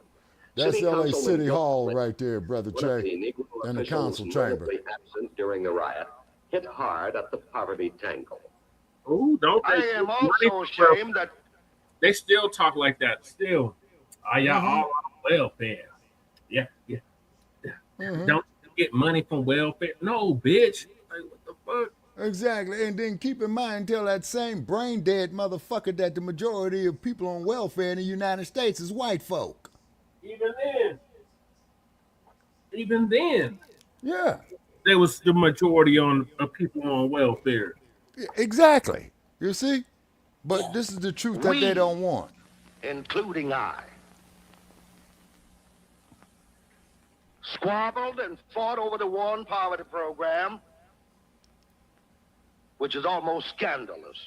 Oh, I remember the Eula Love case very well. In Los Angeles had hung up the poverty program by playing politics. Hey, Che, he blamed Washington. We might want to do a story on that. I remember that case very well. As you know. Yeah, we should do on that. End the senseless controversy, and so far as I know, this is the only large and that's city, the city seal of Los Angeles right there. Fuck you, Sam Yorty. Fuck you. By cutting off our funds and fuck you, Sam Yorty. Unless we met their changing dictates, that they would cut off the funds, and they have certainly helped to incite. And he was a hateful son of a bitch. By these tactics. And in Washington, Sergeant Schreiber replied in kind. They all sound like a bunch of 523 cities, towns, and counties in every state of the Union have already organized effective local anti-poverty programs. Los Angeles, unfortunately, is the only major city in the United States which has failed to do this.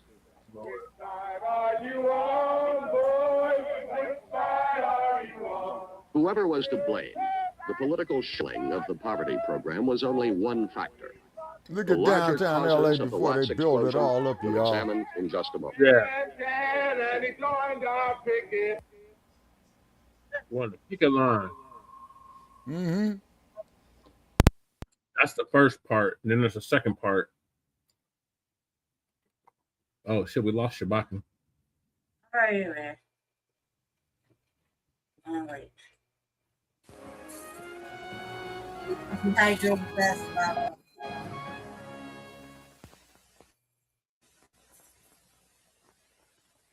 Oh, he disconnected the microphone. CBS reports Watts' riot or revolt continues. Which side are you on? Let me hear you now. Which side are you on, boy? Which side are you on? As the pits marched and the tension in Watts continued, we asked Muslim leader John Shabazz if more violence is in prospect. I certainly believe that it will happen again unless some steps are taken to prevent it. And the reason that I believe this, and the reason this is voiced throughout the community, and I have my ear to the ground in the community, is that what has changed? There has been nothing done. Every grievance that was had by the people who started this thing or who took part in it, there has been nothing done to solve it. The only thing that was done was that massive forces were brought in to suppress the actual overt action. But there has been nothing done to solve it. In an effort to find a solution, Governor Brown announced the formation of an 8-man commission to investigate fully the causes of the disaster. John McCone, former head of the Central Intelligence Agency, was named chairman.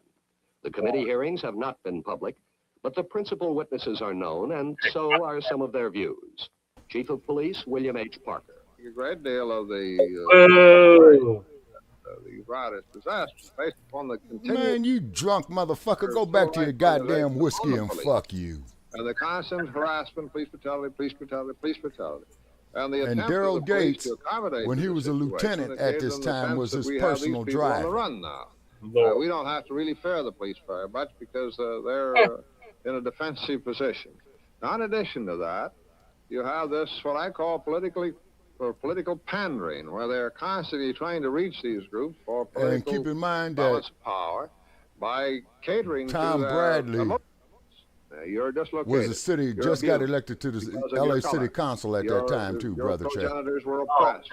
You haven't been given the share of materialistic things you're entitled to. And you're trying to convince them, well, you're not well off. I'm going to do something for you. I'm going to raise you out of this position of post-slavery to a position of economic affluence. And, of course, many of these people in our present system are not in a position to set into the economy and become affluent unless somebody just hands it to them. Actually, and many Negro leaders agree with me that Los Angeles is the finest place in the world for the Negro because he has the greatest opportunity here on a broad basis than he will anywhere else in the world. So you have this paradox where things are the best is where the worst riot occurred. And I think you have to go back to civil disobedience. You don't have to obey the law if you think it's unjust. In other words, you say, well, a certain law is unjust because it's a Jim Crow law. On the other hand, is the law unjust because I want a pair of shoes and they're in that store and I haven't got the money to buy them, so I can steal them. In fact, it was amazing that in that inquiry we had in the council, when the councilman said, well, why were these people shot? They were only stealing. So this, they rationalized this. So with the civil disobedience, which erodes respect for all law, and that's been proven in this nation by now, it better have been, or if we haven't learned the lesson there, we never will. Do you think that what happened was simply a criminal manifestation of disrespect for law? I forgot to or do name you see it this as something news related reporter. to the social and economic He was on the strivings local of the news Negro? in I think LA. all those factors are involved. I think that the most important recognition that we must give to this situation is that of the 600,000 Negroes who reside in the metropolitan area of Los Angeles, that the Watts riot involved less than 1%. And it is a mistake to group all of these people together because they don't deserve it and it would be inaccurate. In creating the situation, where was the failure? On the part of the city, the county, the schools? This, I think, is one of the difficulties in meeting this, is that we're trying to find a failure other than the people themselves. And this is a very dangerous move because it serves to sort of sanctify their acts. On the basis you did something because of something we failed to do. In the first place, a great number of those people came from areas in the country where they were much further dislocated, much more seriously dislocated than they are here. They came in and flooded a community that wasn't prepared to meet them, despite the fact that we got all this relief money going in there. We didn't ask these people to come here. And suddenly they want a total community to adjust itself to a small segment that has suddenly come in and taken over a section. I think this is unreasonable. No, I think that we are motherfucker, you almost sadistic in the way we're trying to punish ourselves over this thing without realizing what we have destroyed is a sense of responsibility for our own acts. We have developed a permissive materialistic society in where everybody is the victim of their environment, and therefore they're not to be held responsible for anything. And if you can continue to live in that society, good luck to you. Parker's anger is shared by many, perhaps most whites. His stand is supported by many of them, nearly 120,000 of whom have addressed letters and telegrams to him personally, 99% favorable. Parker believes disrespect for the law imperils the nation. But, says the Negro community, who can respect law that is divorced from justice? He's an attorney in the civil rights movement. During this entire incident, we've heard constant references to respect for law and order. And more particularly, and what at this time in history, Johnny Cochran, I believe, was to really understand doing his graduate work out at UCLA. You have to understand what law enforcement has meant to them for 100 years. And we're talking about the white man's law enforcement that's responsible for many of their parents being chased out of the South on one pretext or another. The white man's law enforcement that has resulted in no one being actually prosecuted and convicted for the murder of Medgar Evers, the murder of the 3 civil rights workers, and the murder of Mrs. Luiso. Under those conditions, you can understand that the people aren't going to be reverent about law enforcement and the men who enforce the law.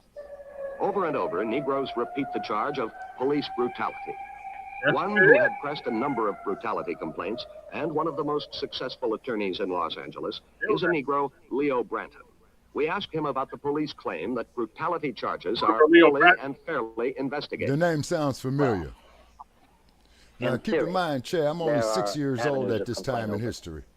But there are no meaningful avenues to redress the grievances of these people.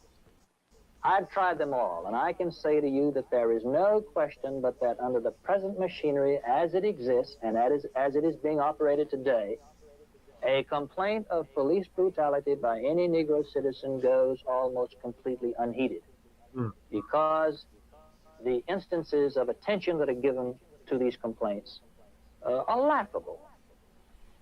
Now, it's been said that people can bring complaints to the police commission.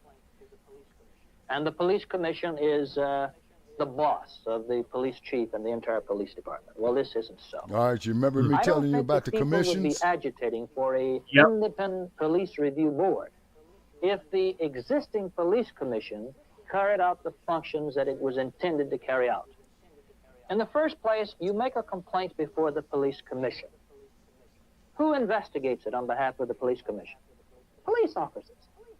To this repeated complaint of the Negro community, the McCall we report investigated responded by recommending that ourselves the and we police commission found be that we overhauled did nothing to strengthen wrong. its authority over the department.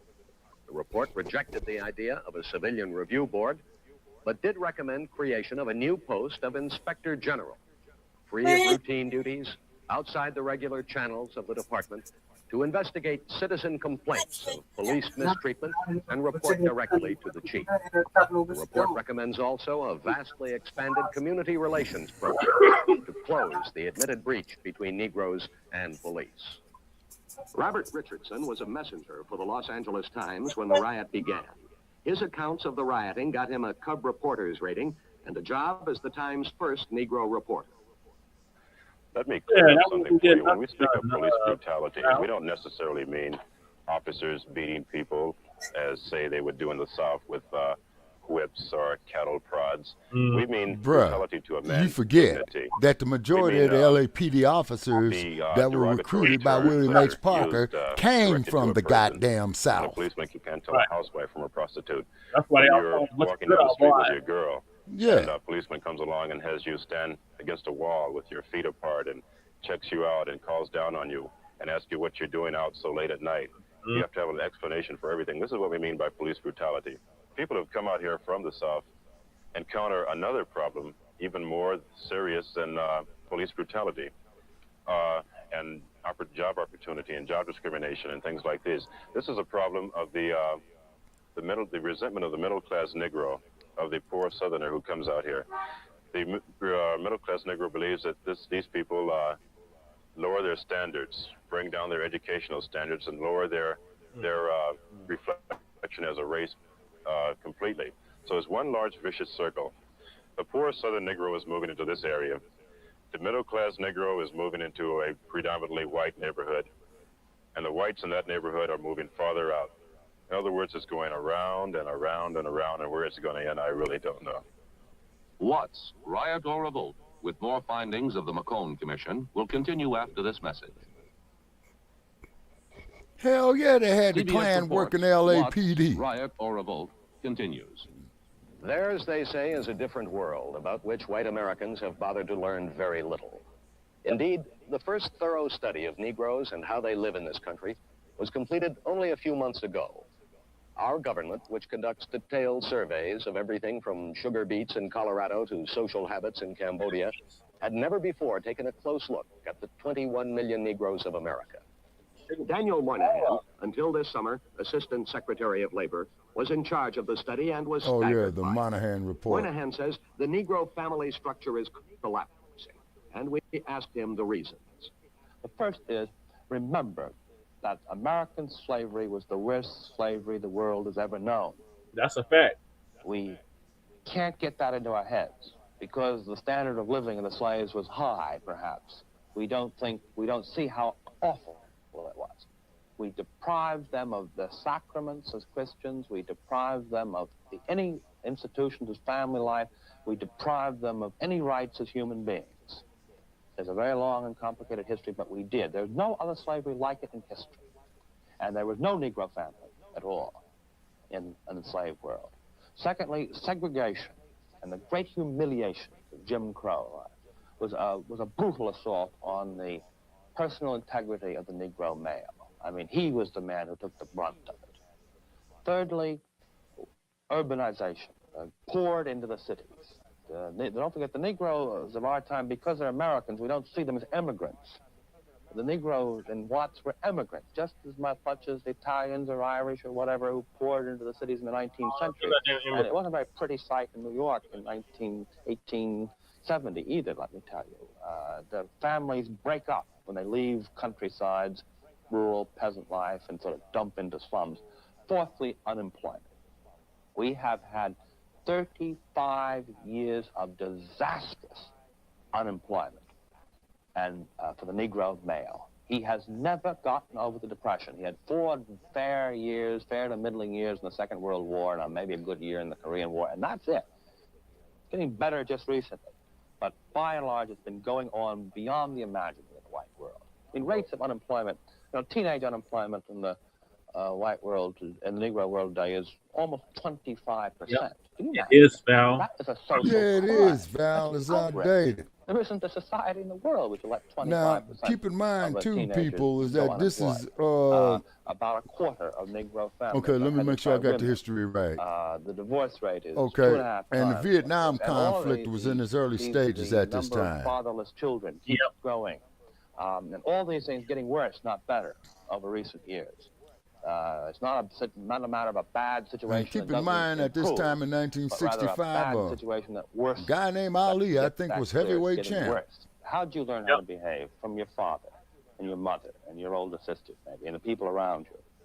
Well, supposing there is no father, or if he is a father, he doesn't work, where there is no education, where there's no sense of getting ahead, where children are just brought up without any of that support which a family gives it. then what do you end up with? You end up a cycle reproducing itself. A UCLA study published within the last 2 weeks examined the background of young Negroes 1955 arrested during the Chronicle riots. right there. It established the typical rioter as a 17-year-old boy, a school dropout from a fatherless home, living on a total family income of $300 per month. One such walking statistic is this young man, whose cool world is kept that way by occasional bouts with liquor and with drugs. On the nights of the riot, revenge was an added ingredient. Although he denied to the police any part in the looting and rioting, he took me on a tour of some of the places he said he helped to burn, as casual as a stroll in the park. What this young man had to say reflected a common attitude among the youthful rioters. I threw the firebomb right in the front window, A friend of mine went in the store Motherfucker, is you crazy? threw a firebomb in the bag, and the place... Nigga, do you know what that fuck you just confessed to? Is you just confessed to arson. I eluded and so forth. There isn't much left, is there? There is here's the burned up shirt and so forth that could have been gotten, could have been used. But most things were taken out before you burned. As much as we could possibly give. Then we would decide to burn, and the cry in the streets would burn, baby, burn. Man, my God. Why would you burn out this kind of place? Burn, baby, burn. Because we felt this man hadn't been doing nothing but gaming on us anyway. When you say that this man was gaming you, chipping you, do you know that for a fact? This man and every other Jew up and down the street, other than the rummage sales owned by Negroes who do not have nothing in them. Why do you say over and over, Jews around here? Do you feel that way about Jews? I will not only say Jews, it would be fair to say that I hate all whites, period, point blank. Exactly. What else happened in this That's block? right. Well, after we had got what we had gotten out of these stores and put in the clothes of it, stashed it, then we arrived back to get as much as we could possible. We decided to get this loan company up here, the Pine And Shop, keep with in a mind, white people, dog worked there, the compared gypsy to people. 1992, I brought an $82 radio that I had bought baby, that LA man over Ninjas 2 don't months, and I care, brought it here, and you it know was it, an extra Shabaka. edition. Well, He gave me $7 for it. yeah, It was that's Los $55. Angeles. You He know gave what me I'm $7. saying? You That think is that's why LA. most people, You know, part of of the the looting and the past. burning because This of is one a grievance story from right here sometime where in the past. I can't see too some much. grievance Listen sometimes too much. in the You past, just stop giving a regardless of fuck. whether it was relating You from a try to pawn get shop credit, or try to going get to a robbed, store or try what to have get you. you Going up, in to get even, such as dress that, because I clothes, call myself getting even by short going in this shorts, store and text, taking whatever I could take out of overpriced, it. And I got some pretty wonderful things out of this place. Pretty wonderful things. I'm young, I'm strong, think of It was Sunday when you were arrested right near here? Yes. I was on my way to a friend of mine's Can I house. still get what I want? Look at that 65. Look at that 65 Impala right This there. corner here, and the officers got out of Listen, their cars and some vital goodness out of gunpoint it. told us to put our hands up. Yeah, and cars immediately were hit made out of the steel that time. And at the time they lined us up, they held us at gunpoint continuously, and then this white police officer approached me and asked me, "Well, Blacc, nigga, when are you gonna let us kill you?" So I replied to him, Yeah. I'm not going to let you kill me because I'm no sniper or nothing. I'm not going to be out there doing any wrong, trying to, put myself in a good position, because I knew that these white people were mad that we were taking to the jailhouse, and I asked them, what was I going to be booked on? And they couldn't tell me. They didn't say nothing. All they did was wrote me up for burglary and looting, and I was arrested in a residential area. As you can see right now here, there's no stores, anything. There's nothing but houses. How long were you in jail? I was in jail a month. A solid month. It could have been longer, but I had no money. All right, so at that time, the LA County Jail I didn't bail was out. I on beat top my case of the Hall of completely. Justice. I had it thrown out of court. All charges dismissed. They're going to put the concert right there. All right, and then you got with a lawyer and sued their asses for false arrest. It will be better organized this time, and it will probably be more or less a surprise attack.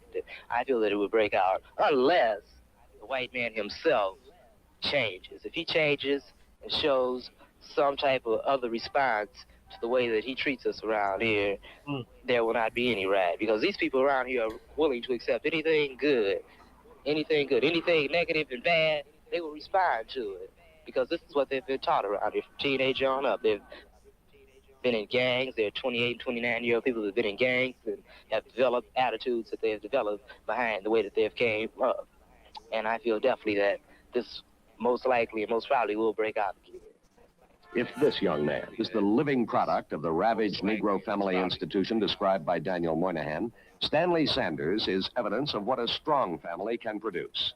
His father, Hayes Sanders, recently retired after 33 years as a city truck driver, raised his family in the Watts area.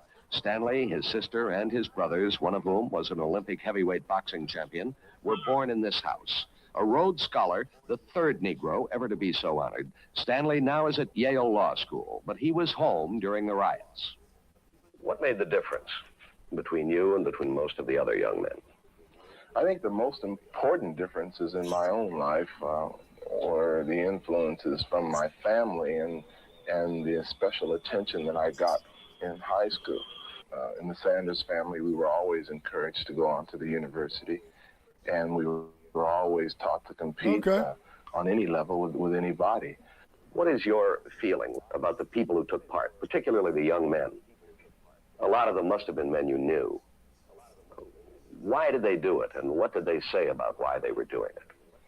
Well, I think that my particular age group, Negro, male between the ages of 18 and 24, is probably the one most distressed group in the United States of the country, certainly in the Watts area here in Los Angeles.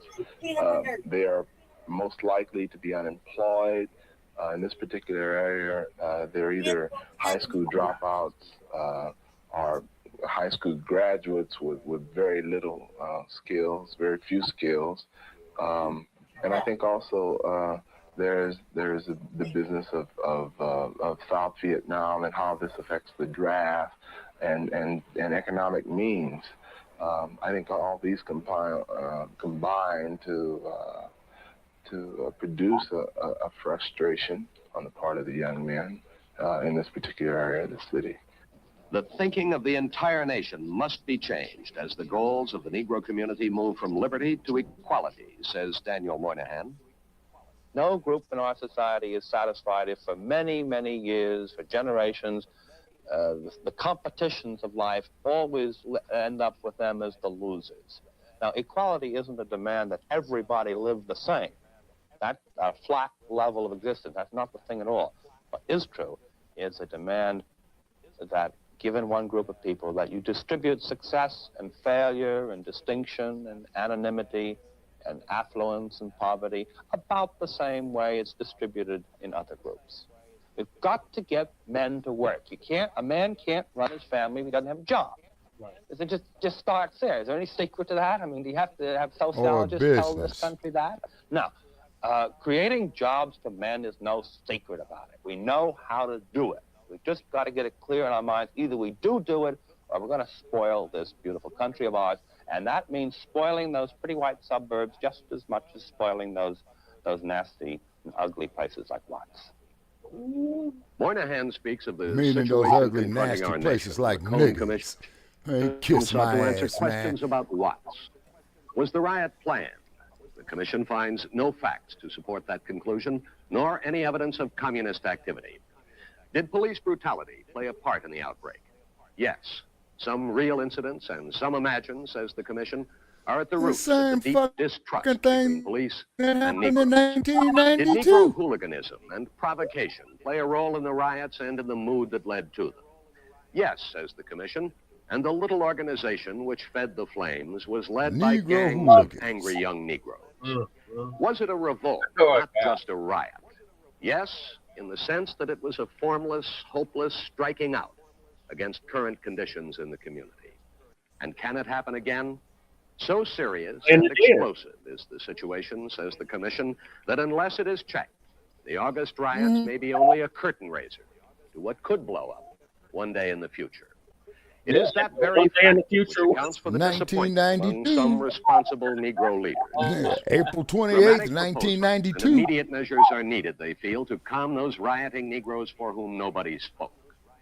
Long-range plans to give job training to thousands of Negroes, a crash program of schooling for Negro youngsters, may guarantee the future, they say, but the need is desperate, and the need is now. A crisis in our country, says the McCone Commission, And government alone cannot render a cure-all. Help from private employers, from labor unions, from Negroes themselves, emergency. We would conclude this report with these final lines from the Commission. What shall it avail our nation if we can place a man on the moon, but cannot cure the sickness in our cities? This is Bill Stout for CBS Reports in Los Angeles. Good night. Well, I'll be a son of a bitch, man. That motherfucker, when I was living in L.A., when he was older, man, you know, he was on the local news in the 1970s. Word. Well, I'll be damned. Bill Stout. Okay. All right, Shabaka, since you lived it, what's your thoughts? My thoughts on this here, you see why I'm so fucked up, people? This was in my childhood, okay? Yeah. You see what I'm saying? And in a city like Los Angeles, okay, the smog was real bad then too, Brother Che, when they from all still the had lead. lead in the gasoline. That's why you would, yeah, okay, that could have something to do with it as well. Because I was very asthmatic as a child. I remember that. You know what I'm saying? And I remember that smog was so black, it would make your eyes water, it would make you cough. And then about 1968, okay, wait a minute. It was either 68 or 69, Che, that Chevron had came out with unleaded gasoline. And when they were doing a commercial. Before or after the Harbor Freeway in? Okay, the Harbor Freeway at this time, I believe only had stopped at Florence. But then they extended it. They took it all the way out literally to the harbor, which was San Pedro. You know what I'm saying? Okay. They built it in sections. And then in downtown L.A., they hooked the Pasadena Freeway up to the Harbor Freeway, which they would call the 110. You know, like you would hear Snoop Dogg on his record talking about we cruising down the 110, you know, we're shaking the cops, you know what I'm saying? It's crazy, you know what I'm saying? And the 110 freeway would take you all the way up into Pasadena. Actually, it would end on Colorado Boulevard where they had the Rose Parade. You see what I mean? Yeah, the Rose Bowl. Yeah, because see what happens is on January 1st, if it is not on a Sunday, okay, between Monday through Saturday on January the 1st, okay, they would have the Rose Parade early in the morning. Then the Rose Bowl game will start. You see? Now, you can go out there and make you some money on it. And if you're going to do it, now's the time to go to the city of Pasadena, the Tournament of Roses, the County of Los Angeles, you know, to get your permits, you know what I'm saying? And to set you up a booth out there and go make you some money. You know what I mean? Yeah. The thing is that you have to understand, ladies and gentlemen, about Southern California. It's the Mississippi. Of the West. Well, wait a minute. It's the Texas of the West. Nevada is the Mississippi of the West. Yeah. Okay? And keep in mind, at that time in history, the Beatles were very popular, and they came over. Now I'm going to bring all this here together. Okay? Yeah. I'm talking about of how they hijacking our culture, hijacking our ethos, if you would say. You know, which is the group psychology of a society. Back then, you know, people was calling each other brothers and sisters and meaning it, okay? All right. And then Brother Malcolm was assassinated in 1965 in February, so he was dead before then. Yeah. And then that there was a young man who attended Oakland City College, two of them, by the way. Yep. One of them's name was Bobby Seale. Bobby Seale, and the other one was Huey And P. Newton. another one was and the other one was Dr. Huey Percy Newton. Yes, you are exactly correct. Their first official member was Lil Bobby Hutton. He was, I believe, that Newton had stated, Brother Che, because I think we had did a show on that. He stated that little Bobby Hutton was their first official member, and he was the treasurer. But they did tell him that he had to go to school and do all his schoolwork before he took up any Black Panther business. And then, of course, as you know, April 6, 1968, at 1028 Center Street in Oakland, California, in West Oakland for that matter, little Bobby Hutton was murdered by the Oakland Police Department. Okay. All right. So then, what had happened after that is then April 4th, 1968 happened. Okay. Yeah. Holy Week. That there was the day. Yeah. And that there was the day that Dr. King was assassinated. And as I told you in private, Brother Che, and I will say it for the sake of our viewers, I'm watching me some Wile E. Coyote on TV, some damn Bugs Bunny, the Road Runner. Then they come off here, special report. I'm mad at motherfucker, man. I don't want to see me some Wile E. Coyote, the super genius, man. Fuck up again, you know what I'm saying? And Looney Tunes, bam, wham, dan it, down. And they had mentioned the death of Dr. King, and my mother had stated, well, what's the special report? And I said, I don't know. They just said some man named Martin Luther King was shot and killed in a place called Memphis, wherever that is. Yeah, exactly, Val, after Huey P. Long. Yeah, you're right, okay? Yeah, you're absolutely correct, Val. That is a fact, okay? So Mama said, what?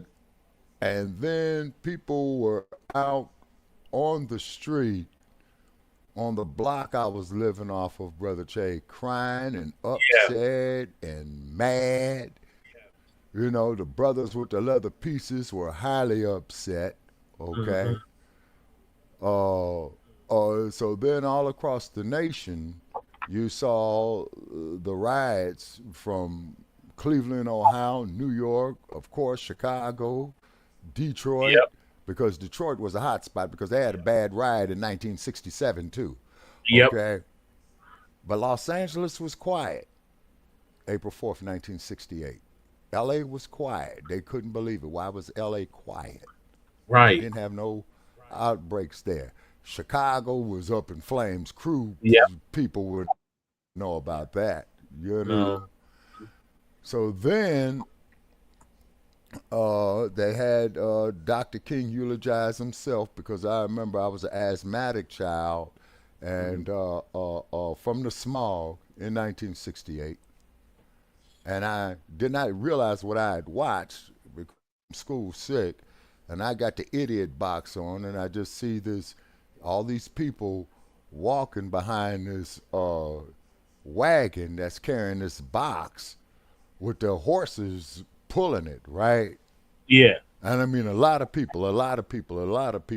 And I did not realize that what I had witnessed was Dr. King's funeral, as I look back in retrospect. Now, in Los Angeles, almost 2 months later, I'm sitting up there watching TV, okay? And there was this guy by the name of Kennedy, named Robert Kennedy, who was standing up there making a speech at his podium saying that he just won the California primary because he had lost the Oregon primary real bad because he entered the presidential election kind of late. So, of course, he was going on the coattails of his brother who was assassinated. Yeah. And we was watching it. Then it started a bunch of screaming and what have you. And my mother had said that, well, you guys fell asleep, but Robert Kennedy was assassinated in Los Angeles, okay? It was in Los Angeles. He was at the Hospital of the Good Samaritan, where they had your boy Walter Cronkite on the news. I think Dan Rather was still out there before he got his ass whooped at the Democratic National Convention. They whooped Dan Rather's ass, man. Old Daley, man, he sicked his goons on him, man, and they worked Dan Rather, man. They whooped his ass. So then I remember they kept showing all these special reports of this train that was going across the country. And then it took them 3 days to get from LA to Washington, D.C. Then I remember this hearse driving at night inside of a cemetery where they were burying Robert Kennedy Sr. next to his brother, the president. You see? Okay. And so, and then keep in mind the kids who grew up in my generation at that time, we didn't know what the fuck was going on. And that record was a big hit that day when we did the show on the Temptations. Yes. Why they didn't want that? They didn't want that song played. Ball of confusion.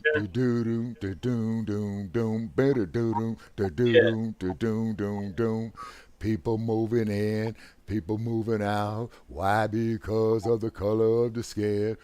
Run, run, run, but you sure can't hide. An eye for an eye, a tooth for a tooth. Vote for me and I'll set you free. Rap on, brother, rap on. Yeah. Yep. And that's where, well, of course, Val, you know what I'm saying? King wasn't out there, he wasn't hurting nobody. And then Robert Kennedy had gave a speech the day that Dr. King was assassinated to a black audience.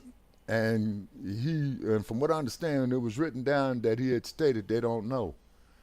But Robert Kennedy, he got up there and he told them, he says, I know y'all came to see me speak, but I hate to have to tell you is that Martin Luther King was shot and killed in Memphis. Damn. People broke down and cried again and got mad. The Black Panthers went on a fucking rampage. You know what I mean? Yeah, I remember throughout the whole damn country. Not just in Oakland, not just in Chicago, not just in New York, throughout the whole fucking country. Yep. You see what I mean? Yeah. And then you had that crooked ass bastard, Richard Nixon. Ladies and gentlemen, the American people have a right to know if their president is a crook. I am not a crook. Now, get this. Just to show you the hypocrisy of this shit. What was Nixon's campaign on in 1968? War on poverty. Hell no. Law and order. Exactly. You see what I'm saying? We will have law and order in the United States of America. You see what I'm saying? And then Hubert Humphrey, who was running on the Democratic side, where they had the Democratic National Convention in Chicago in 1968, right? Yep. Okay. And Mayor Daley unleashed his goons, the Chicago police, and they went out there and they whooped some ass that night. For real. I remember seeing it live, you know. Yeah. I remember my grandpa told me about Humphrey. Yeah. And so then he's a historian. Shabaka is definitely a historian. Okay, well, that's just it, though, Val. I'm talking about what I've lived through to the best of my knowledge. You see what I'm saying? Just like when you all get up in my age group, you all going to be talking about this crooked bastard Gates and Musk and Sleepy all of that. Yeah, oh, yeah. And so then that's when you had what they had called the love ends, okay? Okay, the late great 68. Motherfuckers are strung out on acid. Lucy in the Sky of Diamonds. The Beatles was a big hit with Lucy in the Sky of Diamonds. Yeah. Okay, let's see. Marvin Gaye. Marvin Gaye, what's going on? But Marvin Gaye, he was between 1960. Okay, he made a song in 1968 called "I Heard It Through the Grapevine." Yep. Okay, and then Gladys Knight, a few months later, made the same song. Okay, from Motown, but she did it more upbeat. You see what I'm saying? And then, of course, there was a song by Smokey Robinson and the Miracles called Point It Out to Me. Yeah. Point it out, this I've got to see, yeah. And then, let me see, okay, we're going to 1968, okay. The Sisters with the Froze. Yep. And the smell of the Afro sheen and those mini skirts, my God. They come up to me, hey, little brother, you want to buy Black Panther paper? And I think it was only 25 cents, you know. Yeah. And I said, yeah. And I'm smelling these coconuts, man, and looking at these mini skirts. And sister got on leather piece, man. And I'm like, oh, gee, this is looking kind of interesting. Yeah. You know what I'm saying? Right. And what have you. And then James Brown came out with his hit in 1968. Say It Loud, I'm Black and I'm Proud. Okay. And that there was pretty much, how should I say, a form or demand for respect. You see what I'm saying? You know. And then, let me see, and then James Brown made another record. When did Aretha Franklin come out with Respect? Was that the same year or different year? That song came out in 1967-68, okay? And it was a song by Otis Redding, Respect. But then Aretha Franklin made another hit record called Think. You better think what you trying to do when 45s, you know, when your stack of 45s, man, was your music app. You know what I'm saying? Yeah. Then let me see, James Brown, Aretha Franklin. Okay, I wasn't into Jimi Hendrix at that time, but then that's when they had the love-ins and people was tripping out on acid. Then in 1969, you had the Tate LaBianca murders there in Los Angeles, okay? And Charles Manson had made the statement that black folks were so fucking ignorant that they're going to tear down the country and that we need to follow Charles Manson to show us how to do things right. Lord. Fuck Charles Manson. Right. Okay. Right. All right. So then those in the civil rights movement was losing their sting after Dr. King had came out, because now what we are going into, ladies and gentlemen, is from the civil rights era into the black empowerment era. Okay? Yeah. Yeah, now, you walk down the street, you see another brother, hey brother, what's happening? You know, it ain't nothing. Now you walk down the street, talk to another brother, man, where set you from? You know, all this old shit. You see what I'm saying? Yep. And then too, Brother Che, and I do believe in Los Angeles at this time, this is where you had the community resources of independent people come about.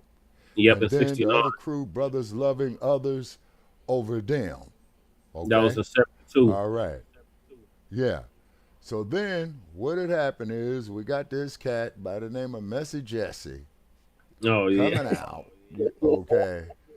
Then in 1972, we had the Watt Stax concert. It's because Stax Records, let's see, Isaac Hayes, Carla Thomas, Rufus Thomas, the Staple Singers, you know, and then the Staple Singers, they made a record called Sha-Na-Na-Na Boom Boom, yeah, Heavy Makes You Happy.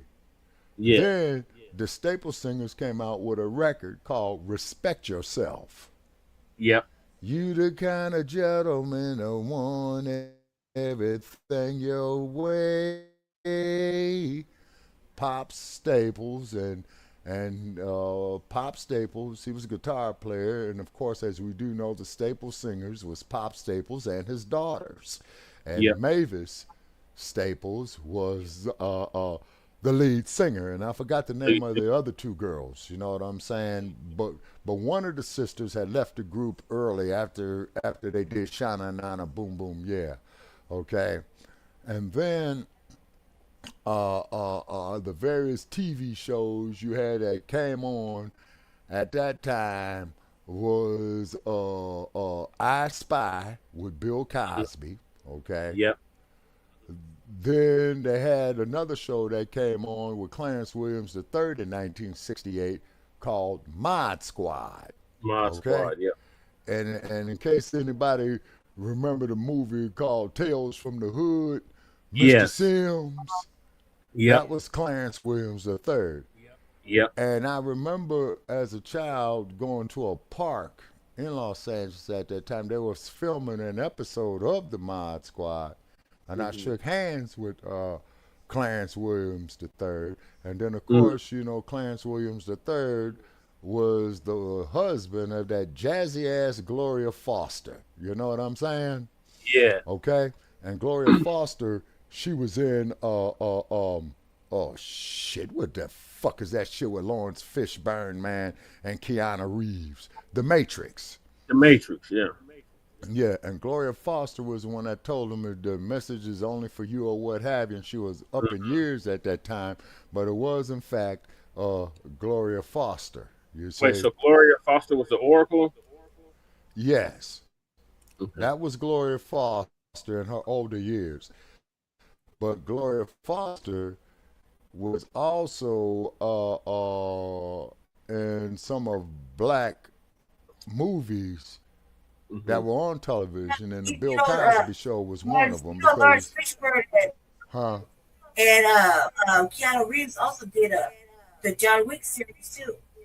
Yep. Together. Okay, I didn't know that. Yep. The first movie I ever remember seeing Lawrence Fishburne in was a movie made in 1975 with Rosalind Cash playing his mama called Cornbread Earl and Me. Oh, yeah.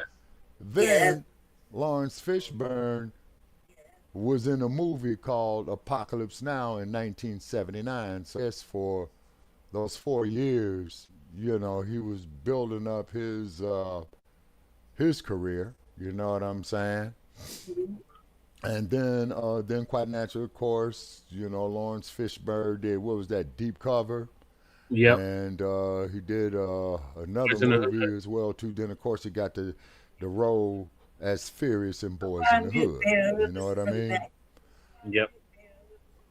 Okay. Yeah. The Mac. No. The Mac was made in 1972, Lady J.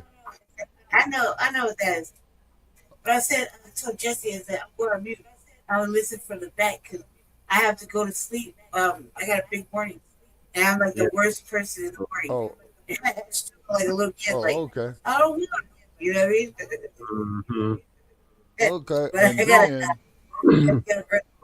the other singers were Mavis, Yvonne, and Roebuck. Roebuck was their daddy. Roebuck was the daddy.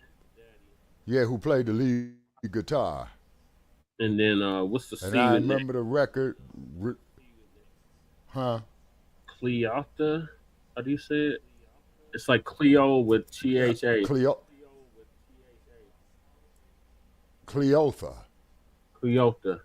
Okay, because I think they see the girls also had a brother too, and I think that in the beginning he had started with them. You know what I'm saying?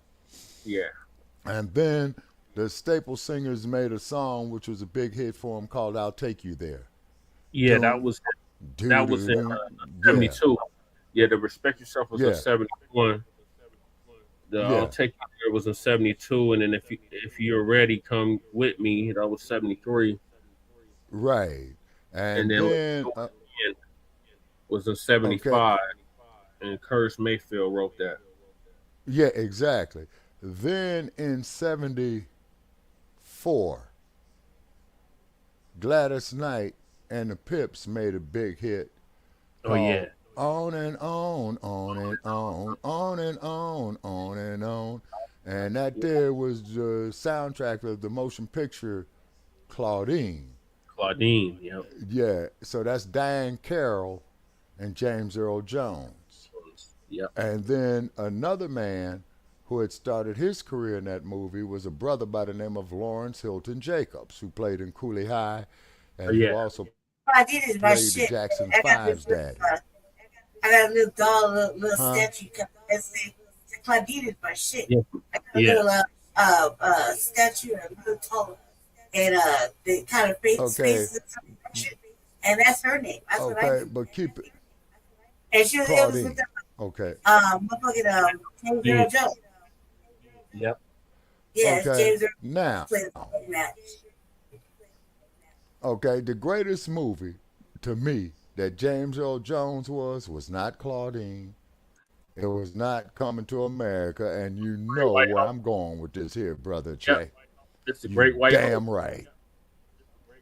Yeah, that was a good movie. And he portrayed, yeah, he was loosely based on Jack Johnson. And I believe, brother Che, I shot a video from Reno, Nevada on the 4th of July, I believe. And I Yep. went to the location, and I says, ladies and gentlemen, right here is the greatest history that ever happened.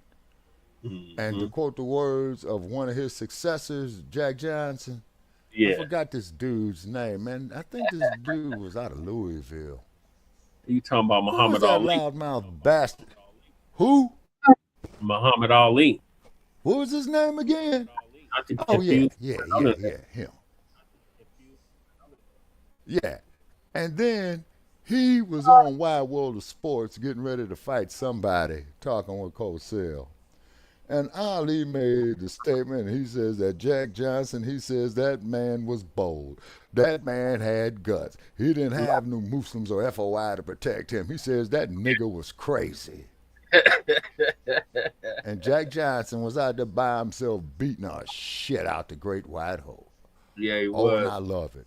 So therefore, for all you haters out there, please be sure to hit us with your hate mail. Call me every black piece of shit that you want, but show me where I lied. Right. No lies detected. Show me, show me where I lied.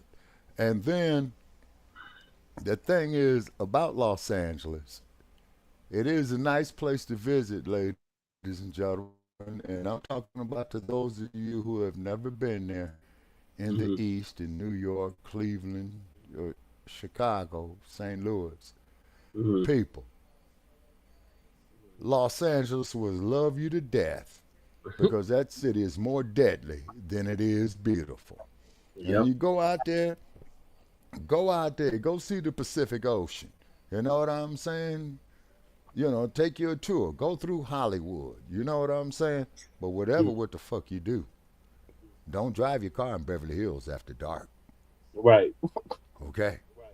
I already made the mistake for you. Now, for those of you who never been there and would like to tour the city's excellence, I suggest that you start in a place at Union Station called Sunset Boulevard. Yep. Sunset Boulevard will take you all the way from downtown LA. It will take you through Beverly Hills. It will take you through West Hollywood.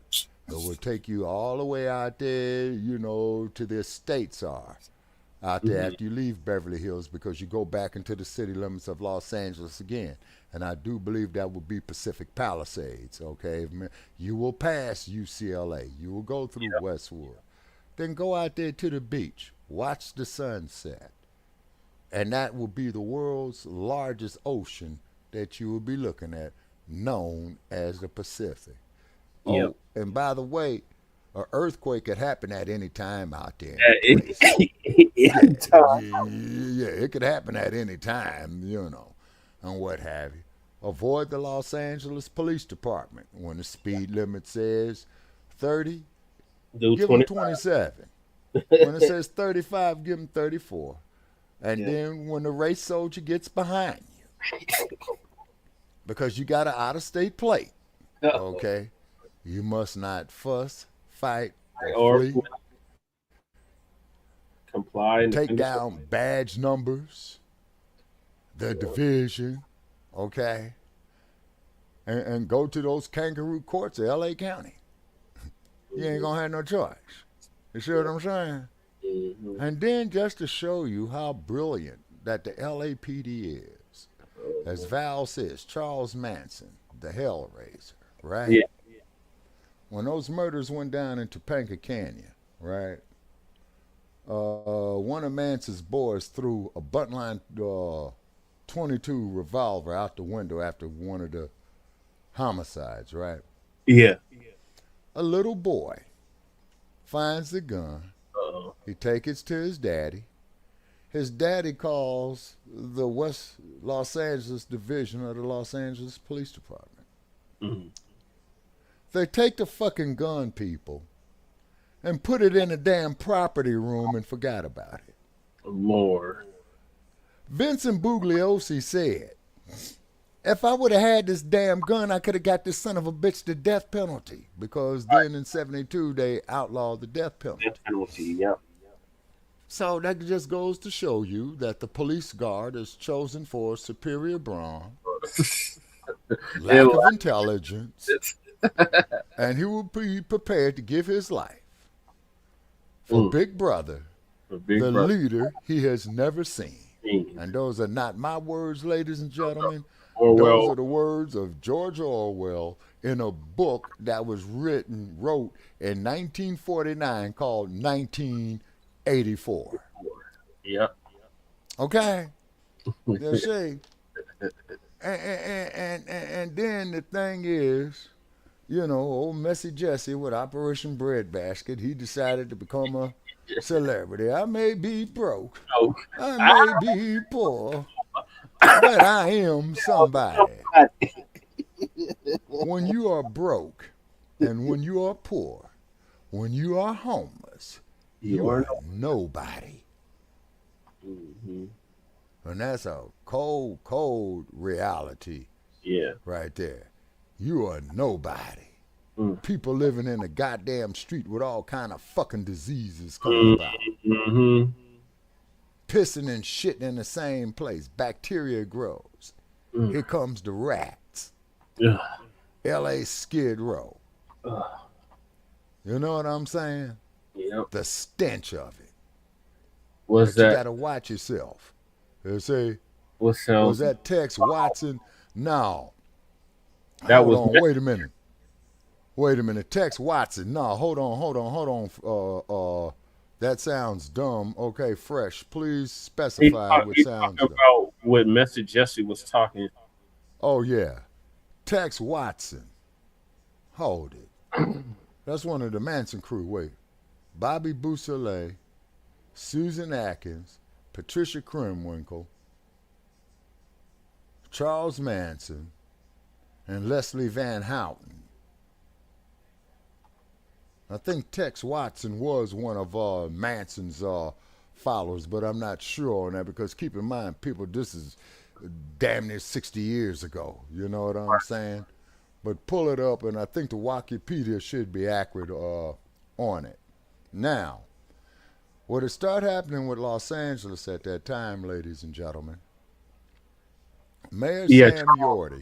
Tex Watson. Yeah, okay. Mayor Sam Yorty. He was the primary lieutenant. Okay. He acted as a tactical ringleader during the August 1969 Tate LaBianca murders. Yep. Yeah, okay. And they was out at Spawn Ranch on a movie ranch. He went out there and squatted a movie ranch because old Hollywood, what they would do when LA was getting bigger, they would go build movie ranches throughout Southern California. Oh, you're welcome, Fred.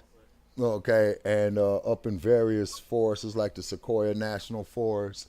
They'll film the cowboy pictures and stuff like that. Mm-hmm. But the unique thing about Los Angeles is never a dull moment there. Nope. Okay? Never. And like what they said on the TV series Cops, hey, this is Los Angeles. Anything can happen. Okay. And guess what? As we speak now, people out there in L.A., something did happen. Now, here in Las Vegas, everybody's here. You know what I'm saying? All the good fellas is here. You know what I mean? And this is why I keep a very, very low profile. You know what I'm saying? And whatnot. Right. But Vegas is Vegas. Yep. And then as I'm going to say in my closing, Brother Che. Okay. Is that Frank Sinatra did a lot for black entertainers. Manson was mad because he couldn't be the Beach Boys. Yeah, he couldn't be a Beach Boy. He couldn't be a Beach Boy. Damn. Wow. Probably. Killing spree. Yeah. Okay. So, but Frank Sinatra, Black family, did a lot for black people here in Las Vegas, like we have stated on our previous podcast. Yeah. When Nat King Cole came here to sing, and yes, we are talking about Natalie Cole's father. Yes. Nat King Cole would get up there, perform on stage, and then he would have to eat his meals in the kitchen. Due to segregation. Yeah, due to segregation, as they call Nevada the Mississippi of the West. Mm-hmm.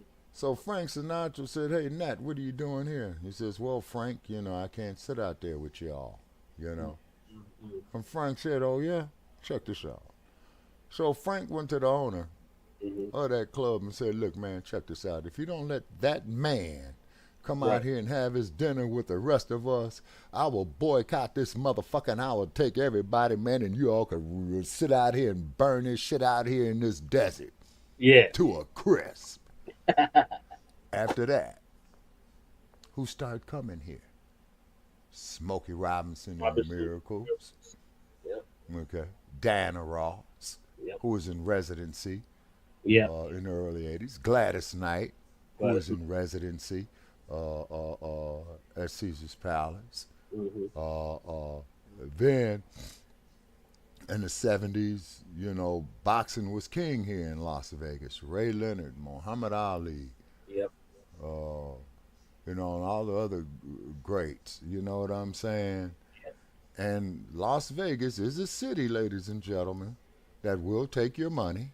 Yep. So if you come here, gamble wisely, okay? Right. Don't get drunk, you know what I'm saying? It's because they're hell on drunk drivers out here, too, And I told you, Brother Che, that bad accident that I saw, man, a few months back. And the driver was drunk, you know what I'm saying? So his ass is going to be going up there, going to the Nevada State Penitentiary and be their guest for a few years at a place called Fallon. Yep. That's where they held O.J. Simpson at, for about 8 years. You know what I'm saying? When he came here, thought he was going to burglarize some shit, and O.J. Yeah, and Mr. Simpson, was a guest of the great state of Nevada for about 8 years. Yep. So then Mr. Simpson gets released from Fallon, goes over here to the Cosmopolitan, and I'm thinking still wearing his state issues, right? Yeah. And they say, "OJ, you banned from here, cat. We don't ever want to see you again." So then the word got around, all the other main strip hotels, banned OJ, and then OJ died here in Las Vegas, you know what I'm saying? And the most melodramatic shit that I ever saw was in 1994, him in a Ford Bronco. Yeah. In L.A. Now, you saw all the lapdogs following OJ and the California Highway Patrol, right? Yeah. Shay, hey, that would have been you and me in that motherfucking car. Would have been dead. They would have lit it up. Yep. They would have dumped on it, man, as it was riding down the street. So when it comes to Southern California people, I don't know if it's the smog, the shit they putting in the air, the climate. But that city will love your ass to death. Okay? So for all you bangers, if you go out there, man, and y'all get stepped to, man, don't challenge nothing. And just say, "Yo, G, man, I'm just visiting L.A., A lot of times they'll say, "Okay, man." You know what I'm saying? Just like what the brother was talking about over there in the Crenshaw district, Brother Che, earlier. Yeah, Brother Billy. Yeah, And then I remember, when the brother who was trying to make the truce Mm-hmm. They killed him. The truth's a 9 deuce. Yeah, they killed Mr. Pico. Yeah. But I salute Mr. Pico because what he did took a lot of guts. Yeah, it did. It took a lot of guts, you know. And so from time to time when I go through there, I don't wear red, I don't wear blue. You'll catch a Bach in a basic black. Mm-hmm. Mm-hmm. And then if you go to LA and some of the OGs step up to you, you know, you don't want to show no arrogance, but at the same token, you don't want to show no cowardness either. Right. Okay? Because that's what they're looking for. Mm-hmm. Just like when you look at the movie Training Day over there in the jungles, the last scene, when Denzel says, yeah, why don't you Damoos, man, you know, pop a cap off with him. And he says, King Kong ain't got shit on me. I'm the police. I'll have you niggas up in Pelican Bay. Mm-hmm. The set stepped off from him and said, hey, cat, you got to do your own work. You got to put in your own work, yep. Yeah, you got to put in your own work. And that there was over there in the jungles. You know what I'm saying? Mm-hmm. And I had a relative who lived in the Baldwin Hills above the jungles. Mm. And I had an out-of-towner with me, right? So I told him, sit in the car, man. You ain't allowed. Well, who I'm going to see? I'm going to see my family. Right. So I hear gunfire. Mm-hmm. Okay. And I tell my family, okay, I got to go. I got somebody out in the car. They're not from here. Mm-hmm. I go out, man. Dude scared to death. Oh, man, we heard gunfire and all that. So I roll down the window, and I says, man, I got you, okay? Just shut the fuck up because I got to do some listening. Mm-hmm. So I roll down the window. What I'm listening for is that certain sound those LAPD cars make that go, you know, when they're in a pursuit. Yeah. I heard them. Okay, I say, fool, relax, shut up, don't say nothing. We getting the fuck up out of here, okay? And so I drive. I get over there on La Brea. I take La Brea to Interstate 10 to take it to the 405 to go back up north in Northern California. I said, say, man, you all right now? Oh, Shabaka, man. You know, I says, man, you ain't from here, cat. You know what I'm saying? And if you really look at it, man, for all practical purposes, man, I just saved your life, but I ain't looking for no reward. Because, see, I was about saving mine, too. You see? Like they say, when them planes is getting ready to crash and that pilot did such an excellent job landing on it, that pilot wasn't giving a fuck about them passengers. He was trying to save his ass. Right. You see what I'm saying? Yeah. Let's be real about this shit. You see what I'm saying? So, like I said here in my closing, ladies and gentlemen, and I'm going to be off for about a week, but I'll keep Brother Che posted. You know what I mean? Yeah. Is that if you got a chance to go to L.A., go to L.A. You know, appreciate it. Go to the beach. But stay away from those Nabiscos. Right. Okay? If you got a big deal out there, well, hey, man, we like your latest rap record. Hey, man, we like your latest acting gig. Hey, man, we're taking you out here to L.A. Stay away from those Nabiscos. Yep. Keep to yourself. Make your money. You know what I'm saying? Keep to yourself. Don't get caught up. Right. Because the city of angels, ladies and gentlemen, is the city of lost angels. Right. In other words, it is demon. Hell. Yeah. It is hell. Walk down the Venice boardwalk that I've done many a times. You know what I'm saying?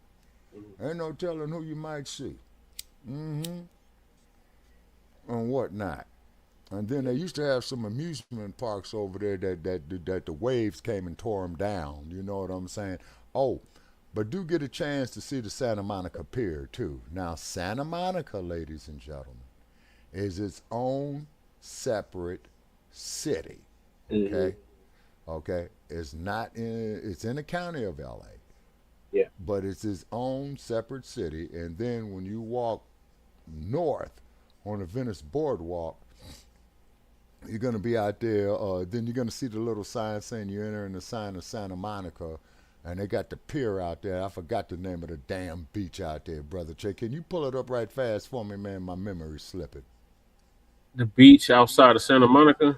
No, sir. The Santa Monica Pier. But what's the name of the beach that the pier is off of?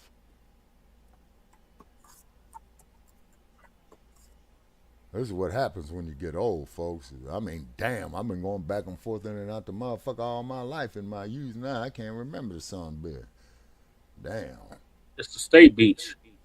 Santa Monica State Beach. Okay. Now, when you go north of that beach, okay, you should be crossing back into the city of LA out there to the Pacific Palisades at the Dockweiler State Beach. And then when you're in Pacific Palisades, guess whose jurisdiction you're back in? Dun, dun, dun, dun. Lapdogs. Yes, sir. You know what I'm saying? In West LA.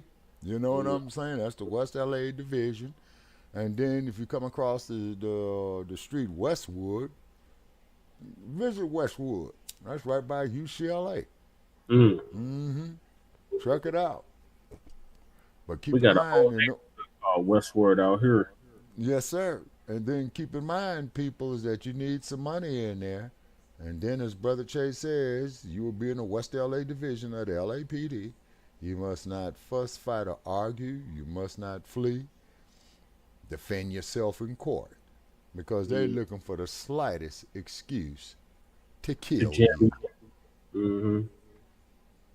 And that there, ladies and gentlemen, is off the reflections of my life, being in 60 plus years old. You know what I'm saying?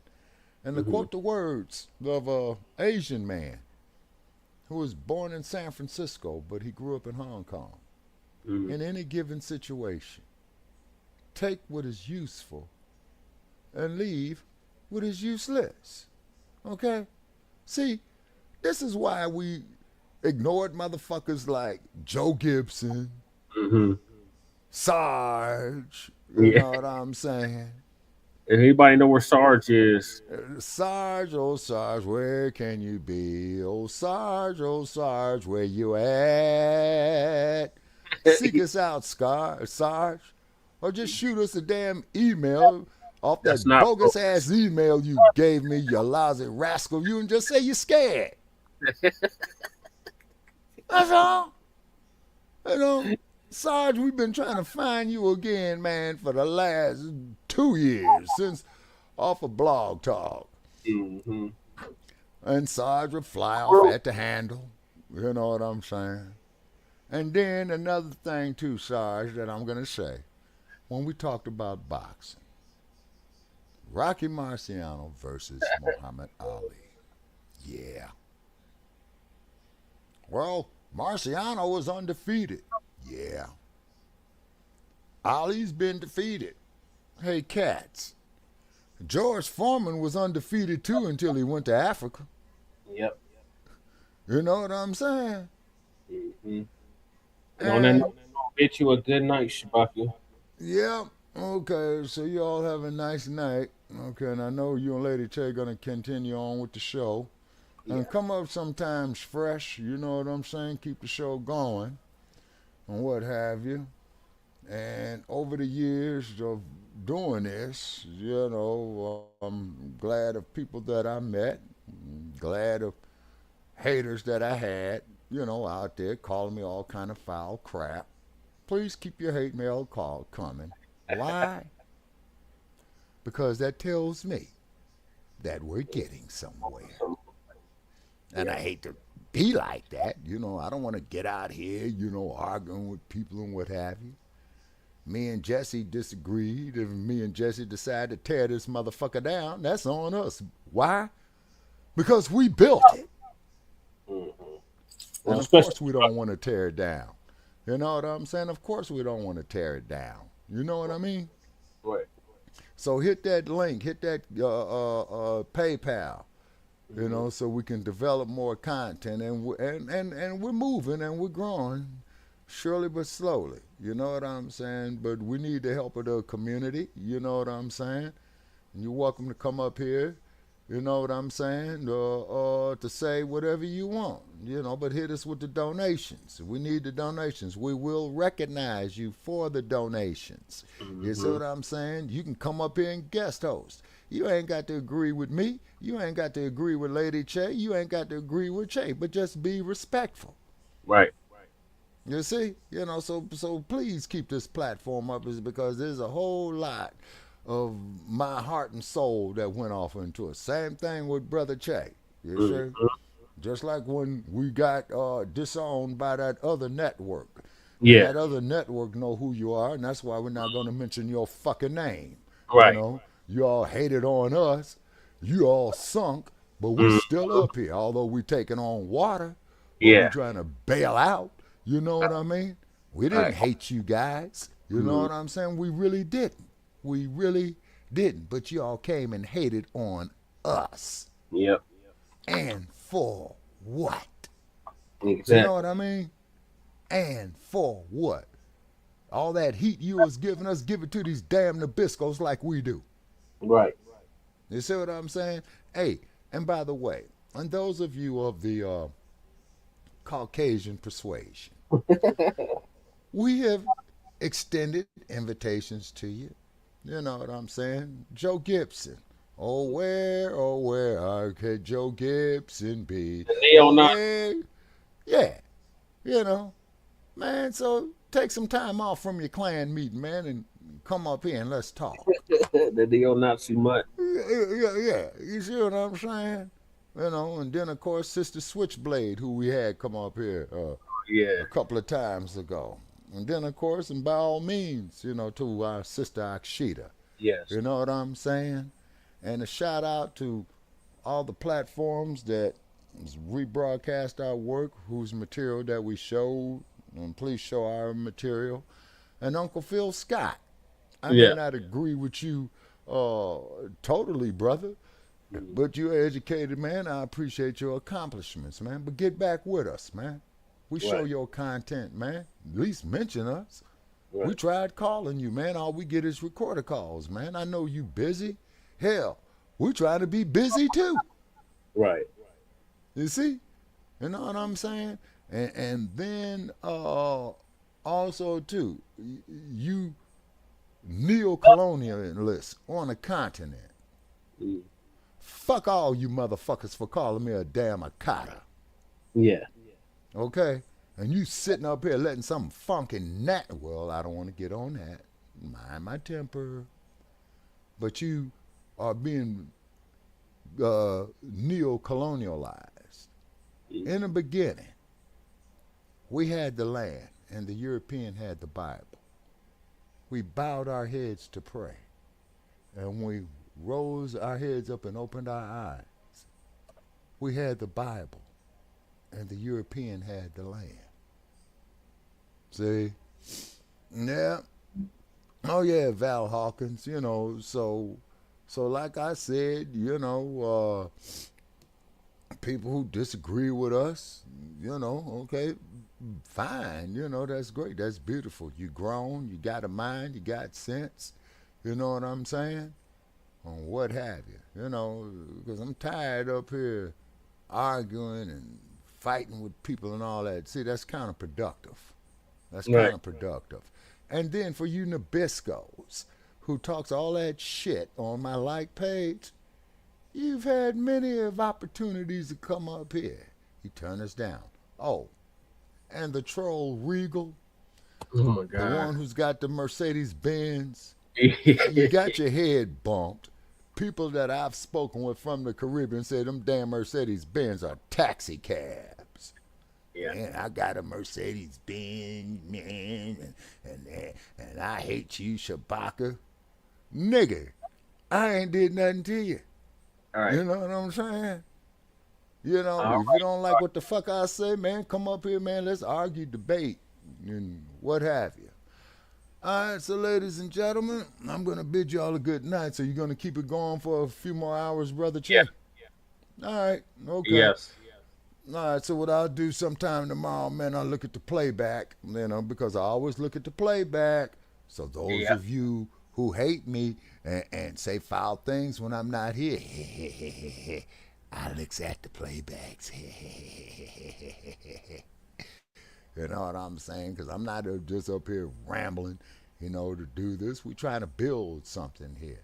And then for those of you who are from other races and other cultures and backgrounds, you welcome to come up here too.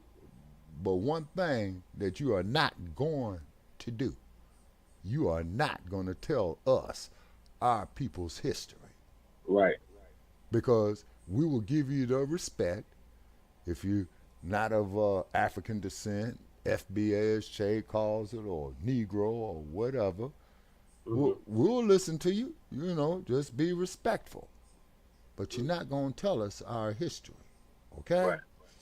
And then on top of it, I want to say this. People saying, well, you're such a racist, Shabaka. And you know where I get them at, Brother Che? And I always remember this, man, after I'm gone. We give respect to Viola Louiso, who was murdered too, who was a young white woman from Detroit, Michigan, helping the civil rights workers. Yeah. Okay?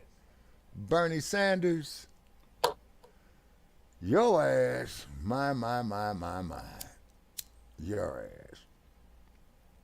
I think, Bernie, you might need you some more Geritol, man. You just might as well go on and say fuck it and retire. I mean, you did what you could. You know what I'm saying? Right. Jesse Jackson, condolences to your family on your passing, Mr. Jackson. But Reverend Jackson, I remember you, man, at Watt Stacks, man, wearing a red, black, and green dashiki. Would you get up there and say, I am somebody. I may be black, I may be poor, but I am somebody. If you poor, if you are homeless, you are nobody. Nobody. See, and I'm talking about of shit that I've lived through. That's all I could do. You know what I'm saying? Now, keep in mind, folk, I'm not the most brilliant person that there is, but I damn sure am not one of the dumbest. So with that there being said, that there's my closing statement, folks. Okay, Brother Che, have a good show. And and I'll give you a call in a couple of days, man. Like I told you, I got this other project that I got to deal with. And hopefully it'll be something positive. And yes, Nolan Wells was murdered. Right. I'm out. Okay. Talk to y'all later. I'm out from Sin City. Clack, clack. Come on, 7-Eleven. Okay. So perfect segue to the next topic, Nolan Wells case, mystery altercation emerges. Thank you for joining us, Shabaka.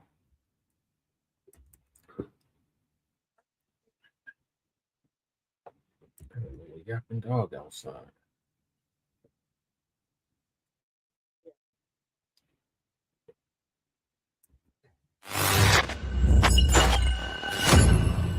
Willie D.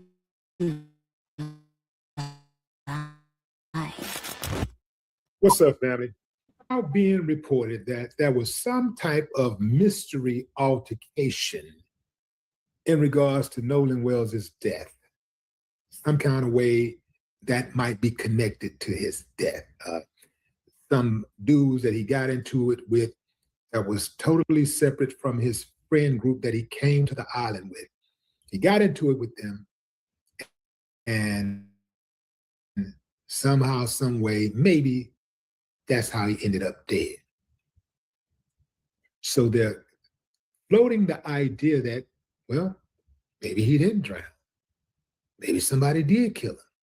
Remember now, they was riding with the whole drowning thing. Now they're trying to say, well, maybe somebody killed him because he was arguing with somebody. First and foremost, we don't really even know if that's even true, that he was in an argument with someone, right?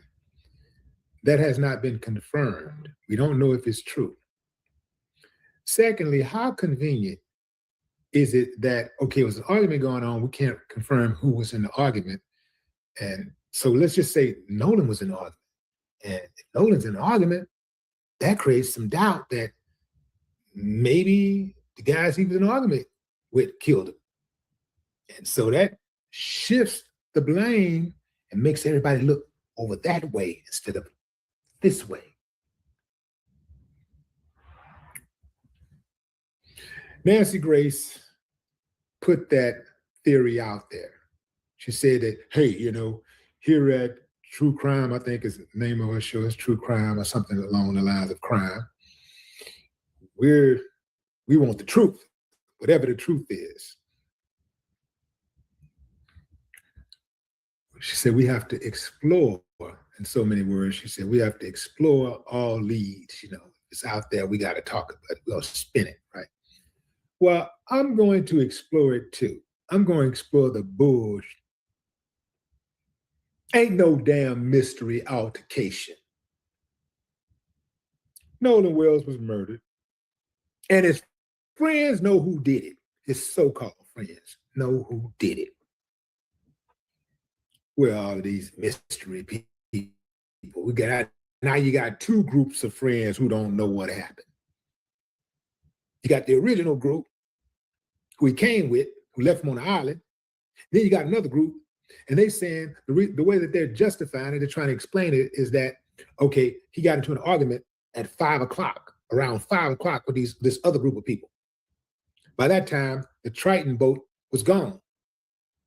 So the Triton boat was gone around 4 something. So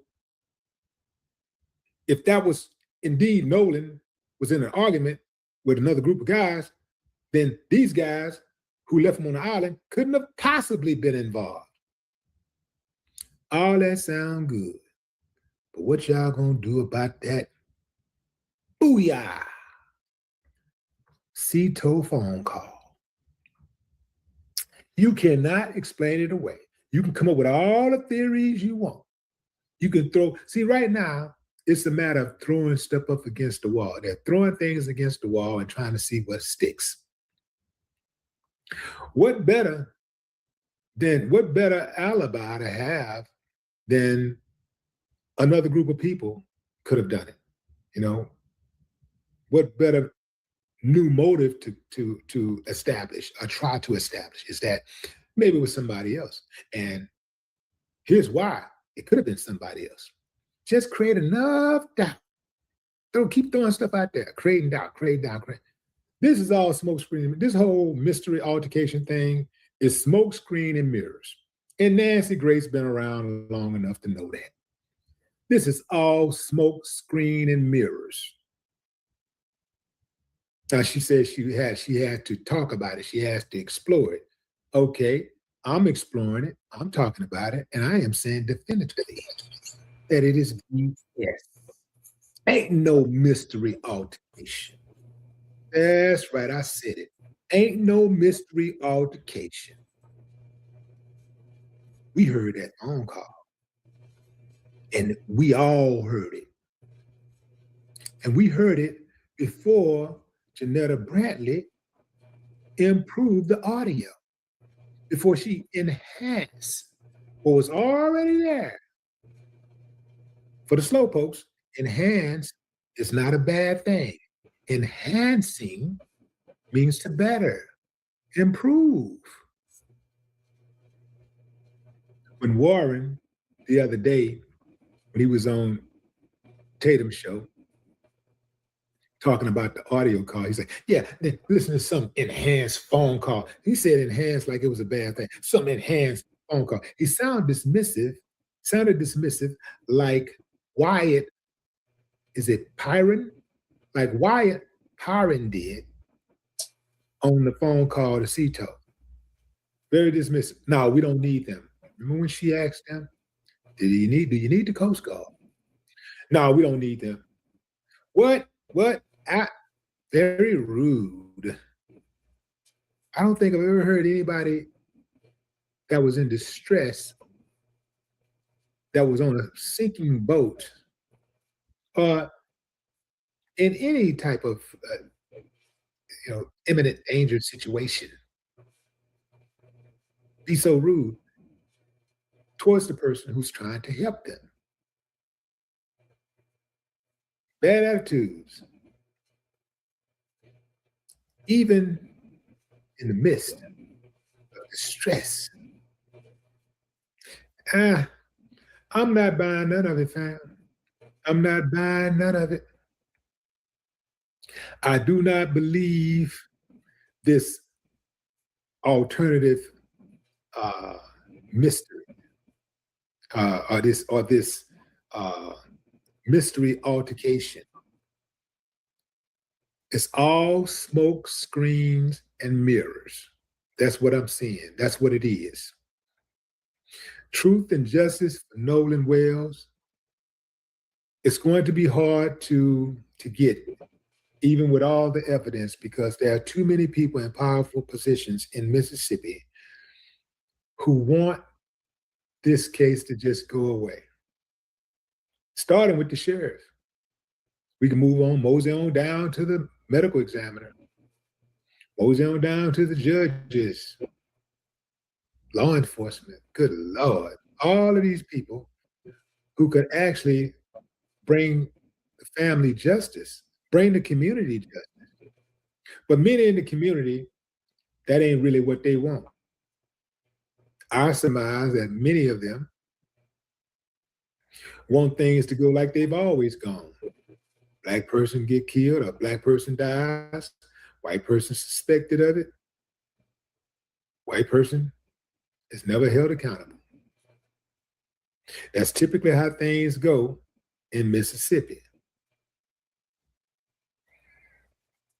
I personally, I watched the episode, and I think that certain things you don't ride the fence on. Pick a side. Yeah, pick a side.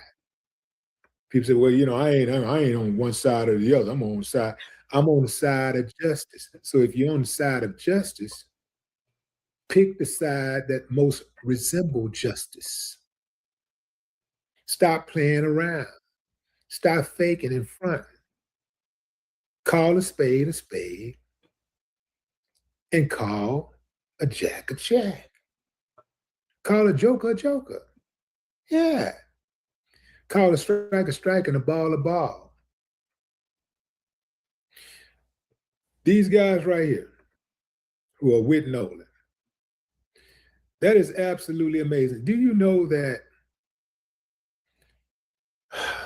Okay, how can I preface this?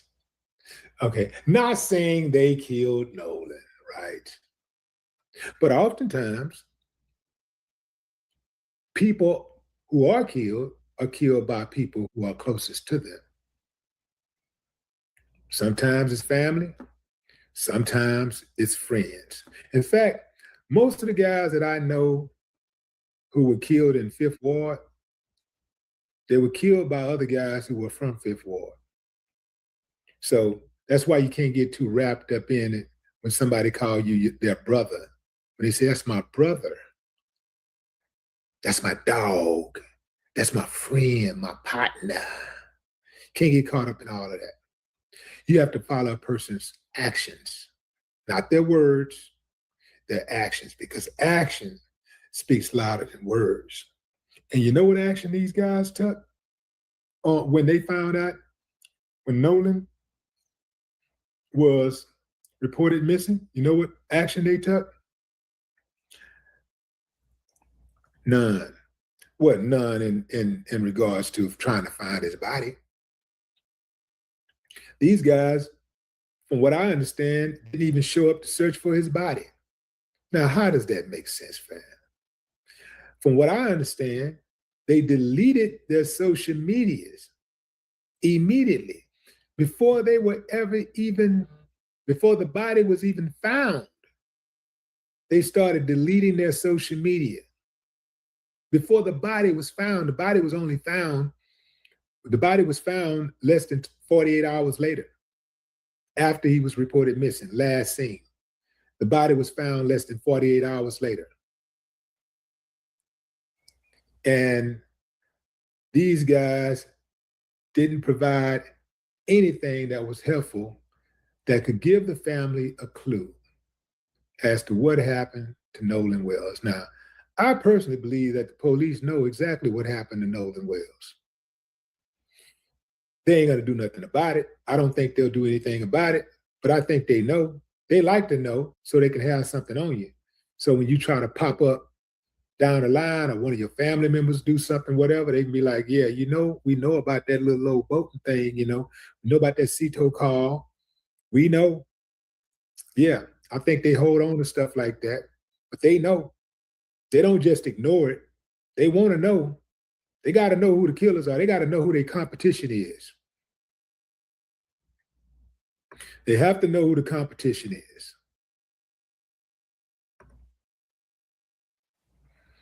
This guy had everything going for himself.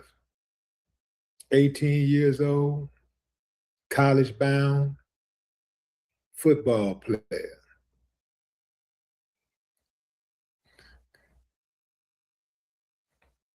Yeah. Yeah, I absolutely believe that this kid was killed. All of this stuff about this mystery altercation ain't nothing but smoke and mirrors. You cannot convince me otherwise that that's what it is.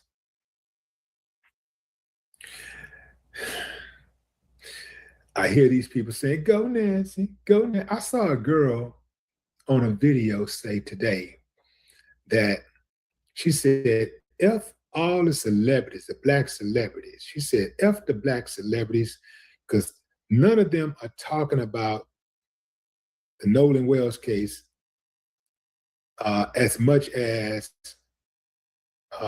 Rachel, what's her name? The kid chick. She's saying for the kids, Miss Rachel, I think is her name. None of these celebrities are talking about the Nolan Wells case as much as Miss Rachel. When not just me, but there has been a plethora of black celebrities talking about more than, actually talking about it before Miss Rachel ever started talking about it. Now, we are grateful for anybody that shine a light, whether they're Miss Rachel or anybody, it doesn't matter if they're a celebrity or not. But anybody that's talking about this case and bringing awareness, we are grateful for all of you. But for this black chick to go off like that and go off on black celebrities, targeting black celebrities, talking about what they ain't talking about, who they're not talking about, and how this white woman is talking about it more than the black celebrities, it lets me know she's either ill-informed or she's a plant. What say you, fam? Drop a comment. I'd love to hear your thoughts. No more talk. All right, Lady Che, what's your thoughts on that?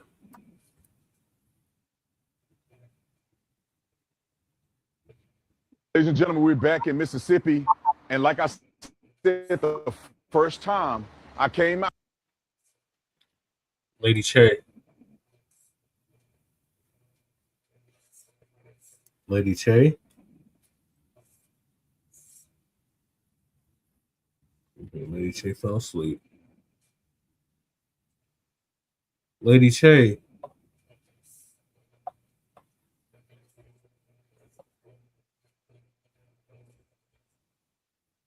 Damn, I think Lady Che passed out on the show.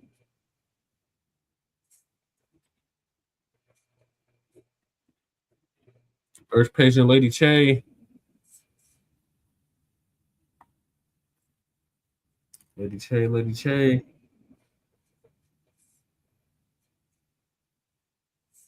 Lady Che passed out.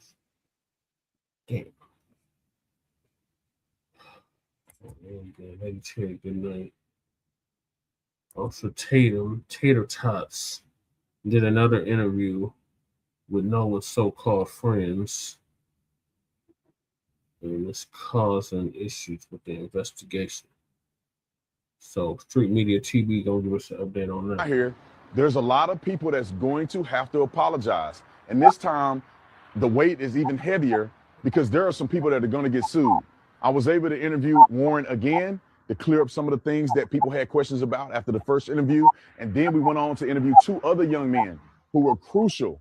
And people are claiming they were involved in this. They clear it up all the way from text messages, from the keys and the phone being on the boat, the timeline from last year at Horn Island all the way to this year. And I'm telling you right now, for those of you who are balanced and fair, this is going to blow your freaking mind. And I ain't going to lie, y'all. I'm more upset about the narrative that was pushed after listening to these young boys tell the truth and show evidence. Some of y'all are going to get sued, and some of y'all are going to have to give apologies. You just wait until we finish this video and put it out. It's going to blow the internet wide open. Stay tuned. I fully understand why some Black people are just a lot of times just so defeated and they give up. And even some of our people turn into you know, raccoons and sellouts. I get it. I get it. You know, when Carmelo Anthony case dropped, we seen how W America went crazy, and we saw what they did to that Black woman judge who's also a conservative. Even in the James Byrd case, it took like 30-something years in order to even get a bill passed, right? In order for us to get justice, you know, we got to go through so much, man, so much just to get any form of justice in this country. And in regards to this Nolan Wells case, we see that a Black boy went on a boat with some W's and he never returned. The family still doesn't have answers. Nobody's really being transparent. There's an investigation going on. We don't know what happened. What I am seeing though is a lot of people are coming out to protect the number one suspects in the case. Number one suspects would be those boys because they Nolan Wells would have been the last. They would have been the last people Nolan Wells would have been seen with. That don't mean that they did it, but in an open case, open investigation to an unaliving, they are all suspects. That's a fact. That's not defamation. That's a fact, right? They put out a GoFundMe and they was able to raise over $200,000 and go hire a high-powered attorney, Andrew Pausick, right? Who is Joe McCann. Remember the Ashley Janae story? Joe McCann hired him. He was Trump's lawyer. Nobody's asking them what they're doing with the money or no. The same way you guys attacked question Carmelo Anthony's family. Y'all ain't doing that with these boys. With these boys, they was able. So now Brandon Tatum is back down Mississippi, right? He's interviewing these guys for like a third time. Now warning them they done brought friends. They down there and they're talking some more, right? The police ain't talking. Nobody's talking, but Brandon Tatum and these boys doing a lot of interviews, but there's no movement or no talking from the police or the DA or anybody. Go back to the very beginning of this. How do you think this should have played out? Because I always question in my mind that when I go back, I look at what happened, I look at the initial stories with Nolan, and you guys knew him, right? I didn't know him. I know none of you guys. I just had a chance to meet you guys more recently. But how do you think this should have gone? If you could control the environment, Nolan is found deceased. How do you guys think that this should have been put out to the world? Well, first off, like I wish we would have never, like I think about this every day. Like I wish we would have never went out on the 4th of July because I know this wouldn't have happened. Nolan wouldn't be gone. And like it's really hard to think about because it's like I wish I would have done this different or I wish I would have done that different because now one of my brothers wanted to like passed away. But I think from the beginning, I'm glad that I called the Coast Guard, and I'm glad that we came together as a group, even from the first day when people started texting us things, saying, you know, crazy things. But I wish it wouldn't have been reported as some type of race thing. I think it's really bad that like people are pushing the narrative, oh, this is a race thing. And see, here go the mind control stuff again when they're talking about it's not about race, knowing the history of Mississippi and the way that the police was handling this case. Even before you got national attention, they was basically trying to make this an open and shut case. You have scores of cases where there's a lot of disgruntled Black people in Mississippi right now with the way that their loved ones' cases was handled. But they'll come and tell you, well, it's not about race. Well, it's not it may not even be those kids' fault, but you guys are born or live in a place where race matters. Race is a big thing in Mississippi, right? A black boy goes out on the boat, he don't come back. All the W boys come back. If they flipped it around and it was a W boy with a bunch of black guys and he was unalive, it would be about race. It would be about race right away. So now all of a sudden, it's not about race? Yes, it is. Yes, it is. It's about race until we get down to the nooks and cranny and find out what happened. Other than that, it's going to be a racial divide. That folks ain't that way. That's Mississippi. Well, obviously it's not. I mean, this is like a brother to us. I mean, Nolan's no different than anyone else in our group. And I just wish this wasn't pushed on the media as, oh, this is a bunch of white guys that killed a black guy, or this is, you know, like in the beginning it was like 4 guys went to a stranded island and dumped Nolan at the island and just left him there. Like even from the beginning, it was just like this thing and no one had facts and they were just pushing this horrible narrative, all lies about everyone. And it's sick. So I wish that would have been completely different. I'm glad I called the Coast Guard. I'm glad I made the first contact within all of this. I'm glad I was the first one that called Christine Wells that night and told her that we haven't heard from her son. And I'm glad that I did all of that, but I hate the way this has been perceived by the media and portrayed. This has like been absolutely horrible with the way and the things that they've said to us and done. But other than that, I mean, there's not much I would change from my point of view and my friend's point of view. I think we did everything right, and I know we did nothing wrong. I think I also want to say, I think it's so criminal that they took something so anti-racist and flipped it into something super racist. Like they took, this is the definition of anti-racism. I mean, that we did not look at Nolan any different than I looked at him, or even you. You know, this is literally our brother. I mean, like we stated, we did not treat him any different. And see, they're crying about racism, but they're doing interviews with one of the ultimate race baiters, and Brandon Tatum, right? He runs a narrative on baiting. That's what he does, right? And to me, they're not going to neutral places where people will ask them real questions. You guys are suspect in the case where somebody was unalive, because until all the facts come out, you guys were the last people that Nolan Wells was seen with. There's speculation about him being seen on the island that hasn't been substantiated by the police.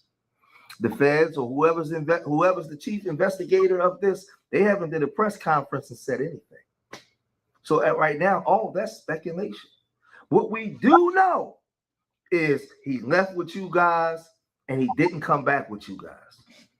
And you guys are born into a system where race is the mental fabric of America. Now, y'all may well be innocent. Y'all might have not did anything. Y'all may be guilty. We don't know. We don't know. I like to keep the integrity in my channel so you won't see titles where they did it or me telling. I'm not going to do none of that because I don't know Nolan Wells and his family. I don't know these guys. I don't know what happened yet, right? But I know where there's smoke, there's fire. We know that we got a black boy that's unalived in the state of Mississippi, right? Something ain't right. They're withholding evidence. They're being quiet. That means they're investigating something. That means that if there's something, because if it wasn't something, they'd have been came out. Them boys know, right? We have speculation that somebody was on a phone call with somebody telling them that they're going to jail for the rest of their life. We saw what you did. That hasn't been proven yet. I don't know because the police ain't said anything, but they wasn't done. We didn't treat Trayson any different. We don't treat Trayson any different. And they just flipped it. And I just think that is so wild that they're pushing this thing that they're saying, oh, they want to end racism and all this stuff. Well, they're the one pushing it. They're pushing the racism. And I just think that's kind of crazy. Morgan, what's your thoughts on this? How does it affect you? If I mean, first I want to say, wish this would have never happened. I wish Nolan would still be here with us today.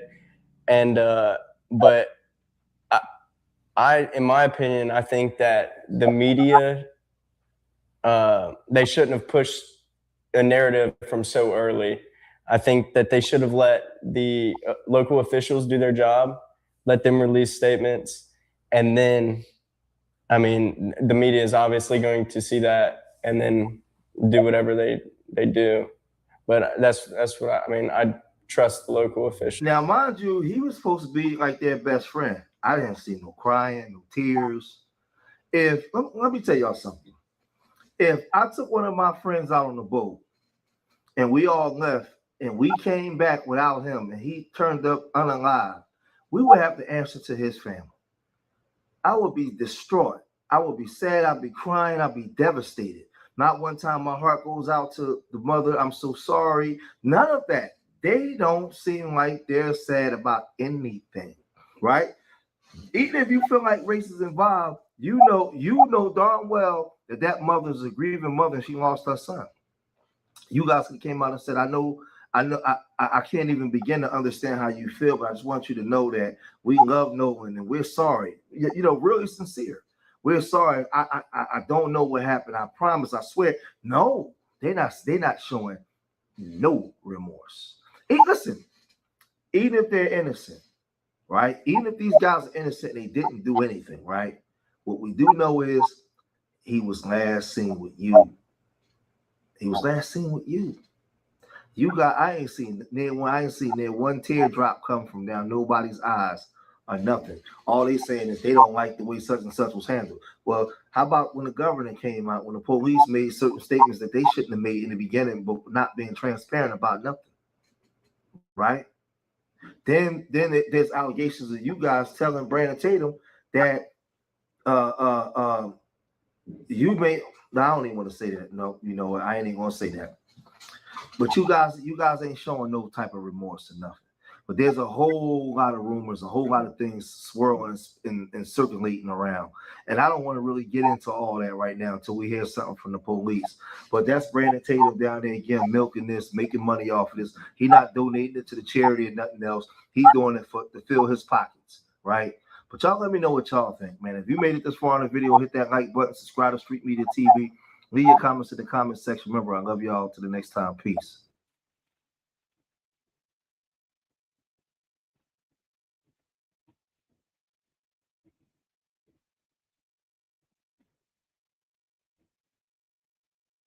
What's up, world? Let me tell you about this beard growth oil I got from 12 tribes on Earth. 8 ounces of oily goodness with a nozzle that prevents sprays and spills, and soft ingredients that make it perfect addition to anyone's morning routine. From coconut to castor, all these oils are hand chosen. After using this herbal blend, the biggest thing I noticed is how soft, how strong my hair was, and how good I feel. Pick up your bottle today and make your beard the star of the show.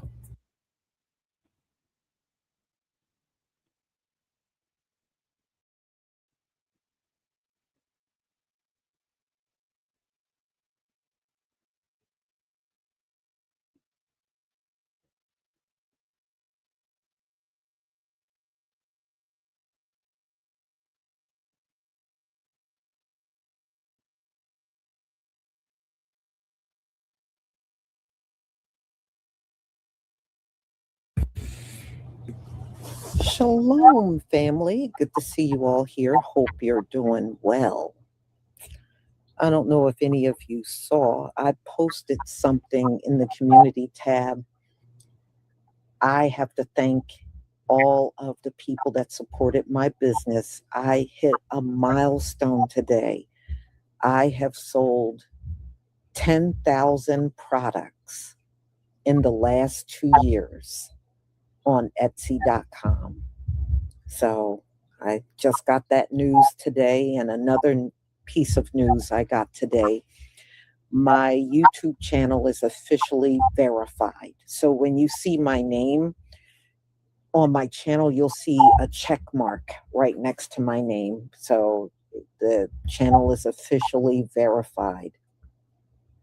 So thank you, everybody. Thank you. I am humble and I am happy. Thank you so much. So let's get to this dreadful story. Chud the Builder. How you doing, Tareen?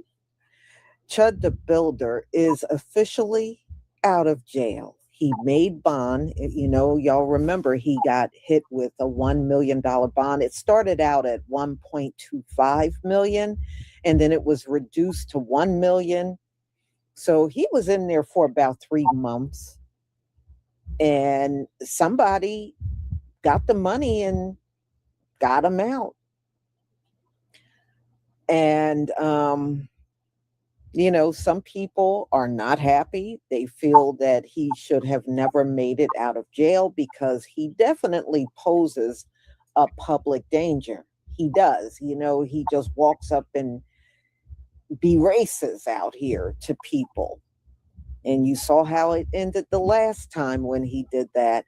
So he can be on social media, according to what I understand. He can be online, but he's not supposed to talk or say anything about his case.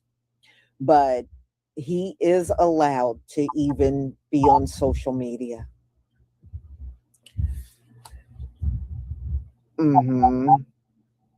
Yeah, well, you know, this is what privilege looks like, y'all. This is what privilege looks like. Look, I got a story coming out tomorrow.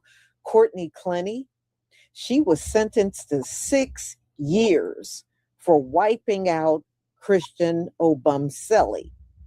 She only got 6 years. Just think about that. Carmelo Anthony got 35 years and he was defending himself. This girl just straight up murked Christian Obumseli, and she got 6 years. She only got to serve, y'all, 2 more years, and she's free. That's it. See, privilege is definitely alive and well. It most certainly is. So I got that coming out tomorrow. So you will hear about that. But yeah, you know, so let's get to the videos.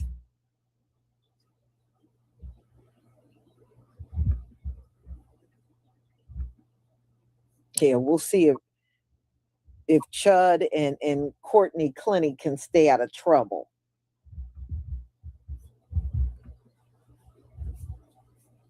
All right. Please give me a 1 if you can see my screen. Thank you, CJ Filled, for the 2 jewels, 100. Thank you so much for your support.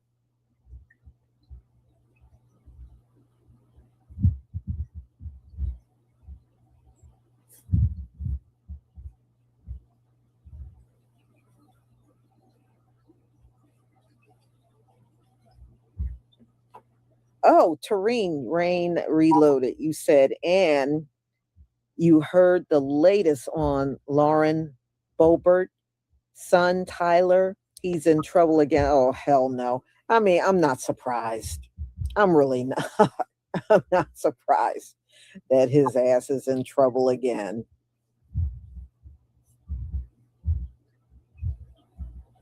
Okay, thank you for the ones, everybody.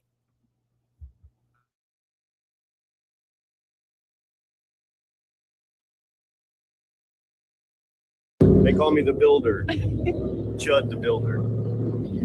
Infamous live streamer Chud the Builder has just been released from his attempted murder charges he was being held on a $1 million bond. Those of you who don't know, Dalton Eatherly, also known as... They call me the Builder. Chud the Builder.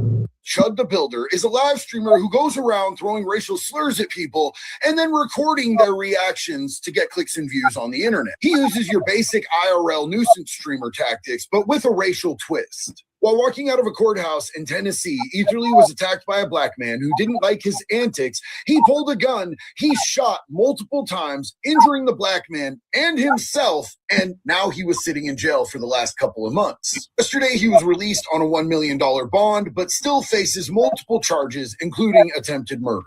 This has opened up a huge argument on the internet, with some people siding with Chud the Builder, saying that he's exercising his First Amendment rights to free speech, and pointing out that a $1 million bond is absolutely ridiculous. while other people argue that using the N-word is equal to using physical violence and that the assault against Eatherly was justified. But what do y'all think? Let me know down in the comments.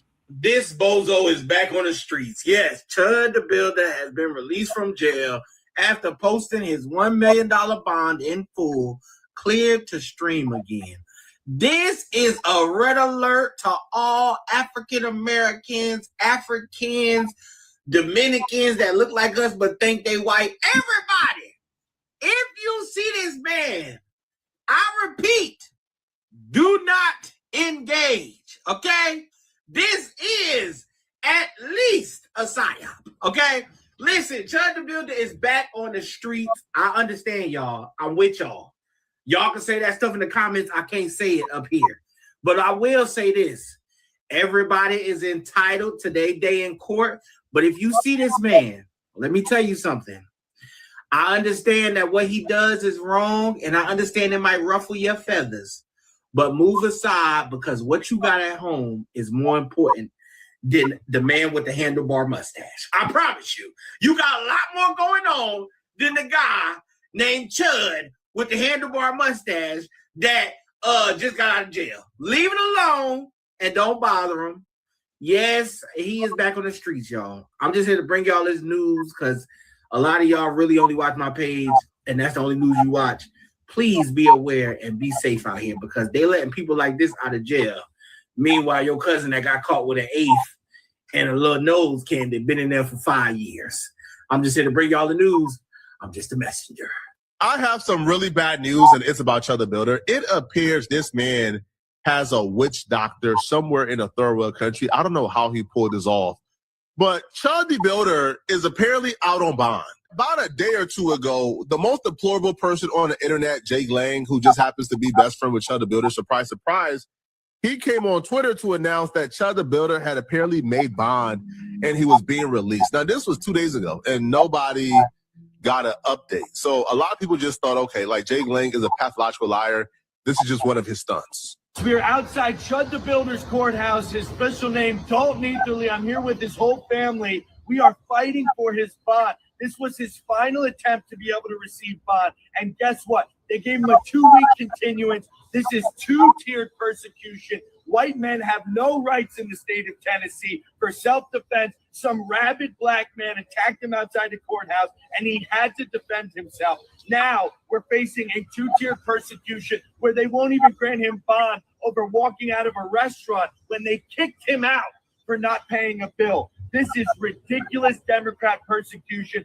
Dalton Eatherly is officially a political prisoner being held in abhorrent conditions of confinement. He is being held in solitary confinement, not even let out of his cell. I think only 2 hours a day. He's getting out right now. He's being tortured. They're trying to make him take a plea deal, but Dalton's remaining firm. We need to stand up. President Trump, the Department of Justice, this is persecution. Amen. This is political persecution. We need to stop this right now. Free Dalton. Free Chud. Fight. We are in downtown Nashville right now where my brother Chud the Builder is in his final bond hearing. He's being persecuted for being a white man who defended himself versus a violent black assailant. His bond has been set at $1.25 million when the murderer, Carmelo Anthony, only $250,000. This is the definition of two-tier justice. We have to stand against it. The Democrat persecution of Christians must end today. Free Chud. This victim mentality is so whack, but they acting like Chud the Builder got $1 million bond for jaywalking or for stealing a Hershey bar out of Walmart. Chud the Builder got $1 million bond for shooting a man outside of a courthouse after antagonizing him. Yo, this victim mentality is so whack, bro. Like, it's so corny. I don't even understand, like, even if you are like a white supremacist or a white nationalist, I don't even understand how you can respect this. You guys are quote unquote anti-victim mentality, but yet you guys are the victim in almost every situation. And there's no accountability whatsoever. Right? The worst part about this too, based on how much quote unquote support Chud has gotten from like the white supremacists and like white nationalists, Chud has not learned a goddamn thing. You would think like somebody. So real quick, I had to stop working out for this because Chud the Builder, Dalen Early here, has bonded out of a Montgomery County jail in Tennessee. Yep, you heard it correctly. You all remember this racist piece of shit? Yeah, going around calling black people the N-word and then claiming to be the victim when he has to suffer consequences for it. Yeah, him. He was involved in the shooting, attempted murder of a black man outside of a courtroom in Tennessee, and somehow he is bonded out on $1 million bond. And he had other pending charges in Davidson County in Tennessee, where he was not supposed to be able to bond out on because they had offed his bond there. But he has bonded out. Yeah, this is what I talk about when I say these racists and bigots support their own. He raised the money to bond out of jail on an attempted murder charge. But what do I expect? It is Tennessee. As more information becomes available, we'll follow up. So Chud the Builder has been released from prison, right? Like 2 days ago, but everybody's just finding out about it now.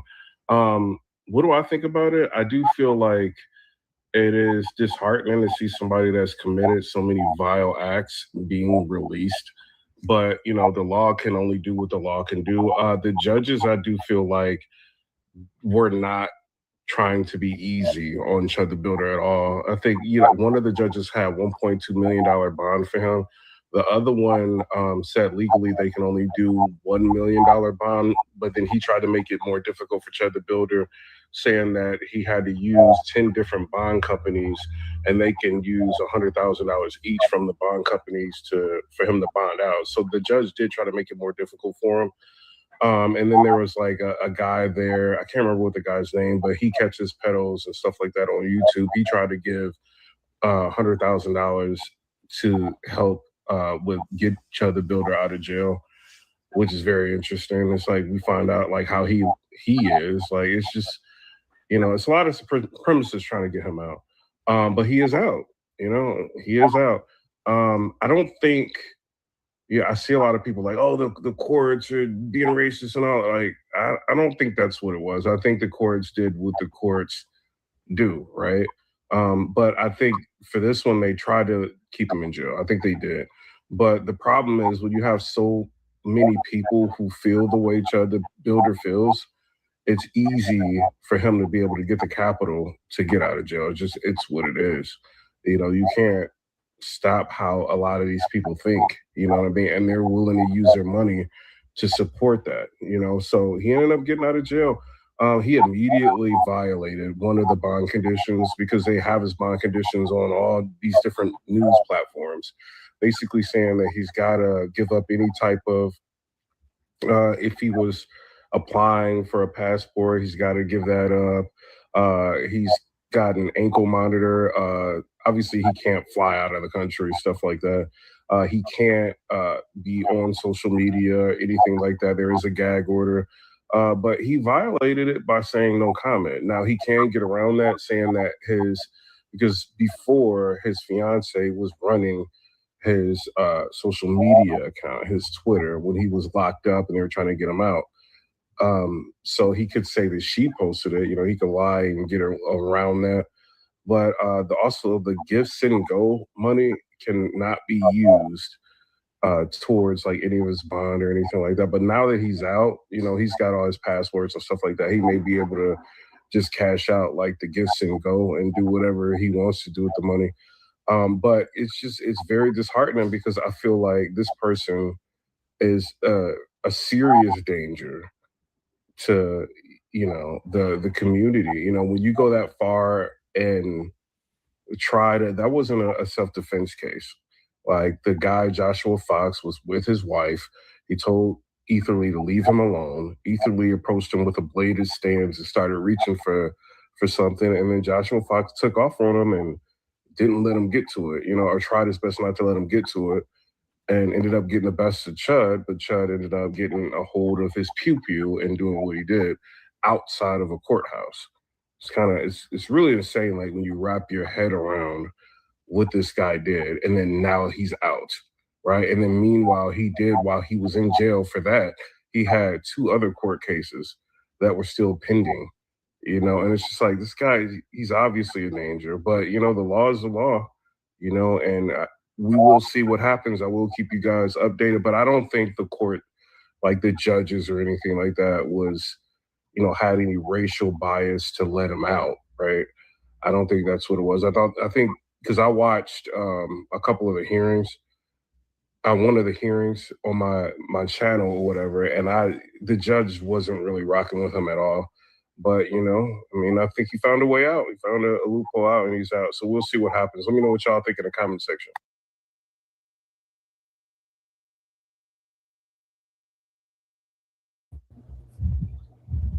Okay.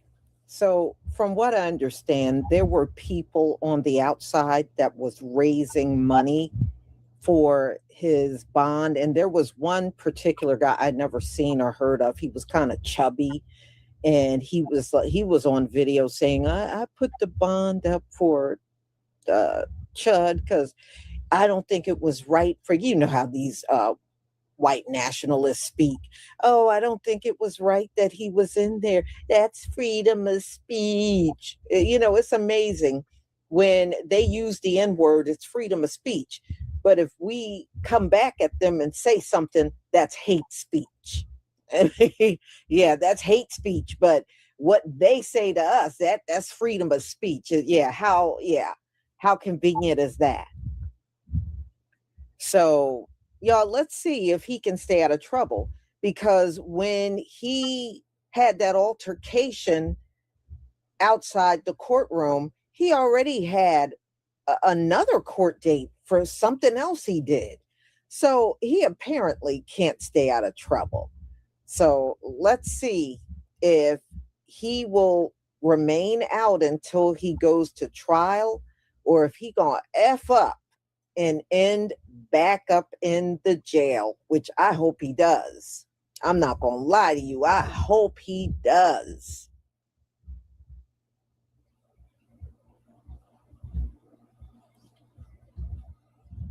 Keeson, you said they claim they love America, but the man shot a veteran. Where's the outrage? Yeah, well, he was a melanated veteran. That's why you're not going to see no outrage from them. Yeah. Especially if he can get on social media, which they're saying he is allowed to do. Yeah, it's going to be no time before he start blurting out all kinds of ridiculous things, because he's one of those people, he knows the more outrageous he is, the more attention he's going to get.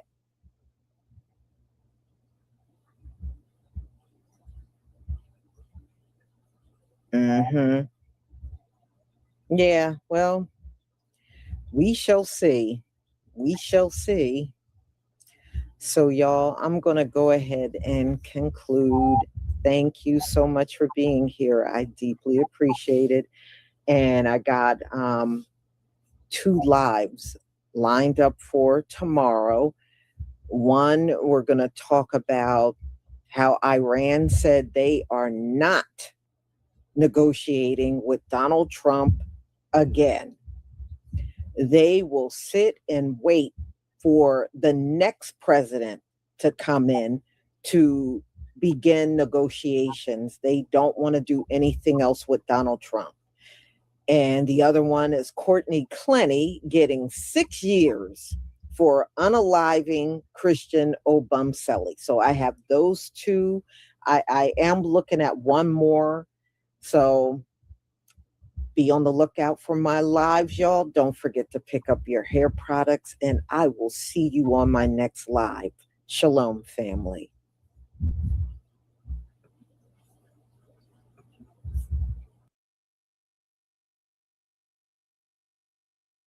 They call me the builder. Chud the builder. Boy, we got a lot of folks in this room. Glad to have y'all in here. What's up, FBA Big Boy? Juice 42. Family, I need you to share the space. Can y'all do that? Share the space. Share that space, ladies and gentlemen. Share the space. Yeah, the galaxy is manly. Y'all give me a galaxy. That's pretty manly. That's I like that. All right. Now, first thing we got to talk about, family. First thing we got to talk about, your boy, Chud the Builder. Chud the Builder is out of jail, ladies and gentlemen. Did y'all know that? The suspected, well, I can't even say suspected, YT supremacist, which he is, he's a YT supremacist who did a vile, racially motivated crime. Tried to unalive a black man, which we knew he was going to try to do. But yeah, they had a high bail on him, $1 million, and his YT supremacist buddies got that money together. They got him on up out of there. It was like 2 months. They've been working 2 months to get him on out of there. And it's very, very interesting. Very, very interesting to see how this is going to play out, ladies and gentlemen. I'm trying to see when his next court date is. I think he has a 9 p.m. to 5 a.m. curfew. That's part of his condition. They're saying he can't have no weapons. He has to have a GPS monitor. They set a gag order and restrictions might be on him, I think. So there's a lot of stuff going on with Chud the Builder. But he's out. We're going to see how this plays out. I'm trying to see when the next court date is. But what I want to look at this from a bigger angle right now. I want to look at it from the perspective of, this is the part I don't want people to miss. Look at all the white T supremacists who work to get him out. Want y'all to see that. Don't be lost on that. Now, this guy's clearly in the wrong. He's clearly a dirtbag. But boy, the white T supremacists, they have a dirtbag culture. They'll support their dirtbags. See, we have to support our riders because they support their dirtbags. This is why support is very, very important. This is why we got to stand up for each other, ladies and gentlemen, because these people, they stand up for white T supremacy. We have to stand up for black empowerment. And I understand there's a lot of people out there, you know, in the sphere who act like they're about black empowerment, but they be on some bullshit. So I get it. I get that. So I know it's difficult sometimes, but you got to look at people's track record. Those of us who have a very thorough track record, just support. Because I want you to understand something about these white supremacists. Boy, white supremacy is a religion. That is a religion. And right now, this is how desperate the white supremacists are. This is a very interesting thing. They pool their resources to get out this dirtbag. They need a hero. This is how desperate they are for a symbol of white supremacy. This is how desperate they are. You understand? Oh, yeah, I know that. I know that. But understand the lone wolf myth. See, this shatters that. See, the mainstream media, they always try to sell us on the lone wolf narrative. Anytime these crazed white supremacists go out here and do these heinous crimes, they always say, oh, he was acting alone. Oh, he's just a lone wolf. They try to paint these guys as some type of isolated pariahs of their community. They're just mentally ill individuals who just snapped. No. This $1 million bailout, and it was difficult. They had to go through a whole bunch of different bail bonds companies. Well, these white supremacists were working hard behind the scenes. So this proves that these white supremacists, boy, they're part of a well-funded, highly organized underground infrastructure that backs anti-black violence. So one of their provocateurs get jammed up, well, that network starts activating so they can protect their asset. You see? And they're very desperate for white supremacist mascot. The white supremacist movement right now is kind of fractured. It's paranoid. They're losing control of the cultural narrative. If you notice, the white supremacist movement, they have a bunch of representatives now who, 60, 70 years ago would not even be considered white. Look who they got representing them now. The Nick Fuentes, he's Hispanic. He wouldn't have been considered white. 70 years ago. You got Jake Lang running around here who's Jewish. They wouldn't consider him white back in the day. You see? So they need a hero very badly. You know, they're losing control. They don't have control over the cultural narrative. They are desperate for a unifying symbol, a hero who acts out the violent fantasies that they all talk about on 4chan and in their little private chat rooms. So by them funding Chud's release, they're trying to elevate him into a mascot for their cause. So the message is to other races, if you attack Black people, the community is going to have your back. You see? And they're starving for a tangible win. That's why they're so damn desperate right now. The culture is shifting. Right now, the Black people, we're getting more politically sophisticated, socially sophisticated, on code based on lineage. And that's a threat to everybody, ladies and gentlemen. Us getting on code, they know how powerful that is. We are not being fractured the way we used to be because we're getting on code based on lineage. You see, it ain't just the tether class that's a little paranoid. The white supremacist class is a little paranoid because their numbers are already dwindling. See, they need to have this place set up like an apartheid state. I love TikTok Shop. Because their numbers are dwindling. They are going to be the minority in a couple of decades, and it's coming fast. And you have things like, let me watch my words, clamdemics. Y'all know what I'm saying. I don't want to say the word with the P. I'll say clamdemics, where diseases or whatever pop off like we had some years ago. That could accelerate the low birth rates even more. So they're very vulnerable, and they feel very vulnerable because their numbers are dwindling, and they are not setting up the apartheid state like they need to. In order to have an apartheid state, you have to have the majority Black population split up based on tribal beefs, just like they do in South Africa. They are able to control all of the non-white people because they control and manipulate the different tribal groups and exploit the different tribal beefs that's over there. Us, on the other hand, we don't have that. We don't have no tribal beefs and all that. We got 50 million people who can pretty much get on code with each other very quickly. They don't like that. And we're getting on code even more with this delineation. That's why this delineation is such a threat. We are heavily getting on code. We're not getting fractured at all. And they need us fractured. That was what they were doing with a lot of the tethers, ladies and gentlemen. They were using their tether class, the Wes Moores, the Byron Donalds, the Winsome Sears, all of these people, Kamala, Obama, the list goes on. They knew what they were doing with the tether class. They just didn't expect us to wake up to the con game, ladies and gentlemen, and call it out. You understand? They weren't expecting that. This whole delineation thing came out of nowhere on their ass. And it really put a monkey wrench in the game, family. It really did. So they're scrambling. They understand in order for them to run an apartheid state, they have to use terror.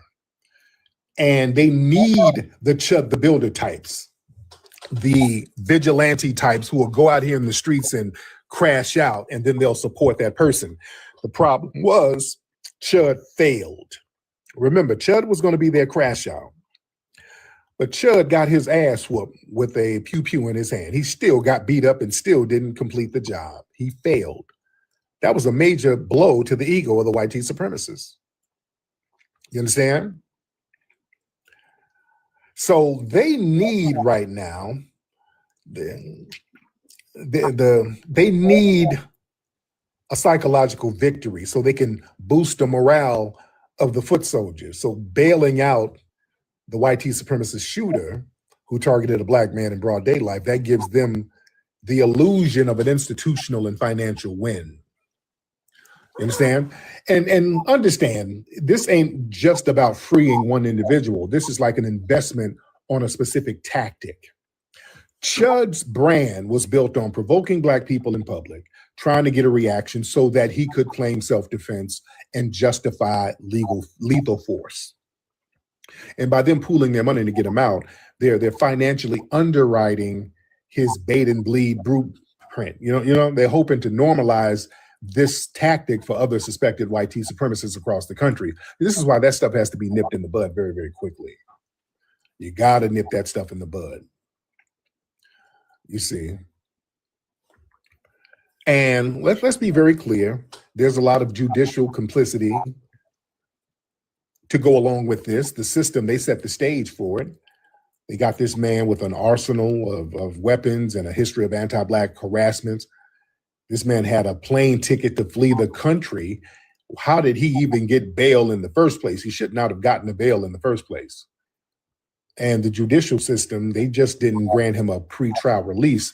They gave the white supremacist network a fundraising goal, basically.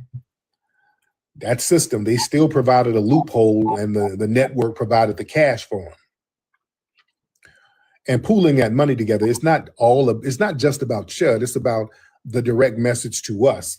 It's supposed to be, this is like their form of terrorism to us. I love TikTok Shop. I got to watch my words. I love TikTok Shop. I love TikTok Shop. I got to watch my words. Scarism. I love TikTok Shop. See, they want to show that they have the capital and the coordination to shield anybody who commits a racially motivated crime. So the goal is to make Black citizens feel like the system will never protect us and that our attackers will always be rewarded and released. Like I said, this is why we on the streets, you got to nip that shit in the bud, ladies and gentlemen. Nip it in the bud. And these mainstream platforms, they often restrict hate speech, and funding for hate speech.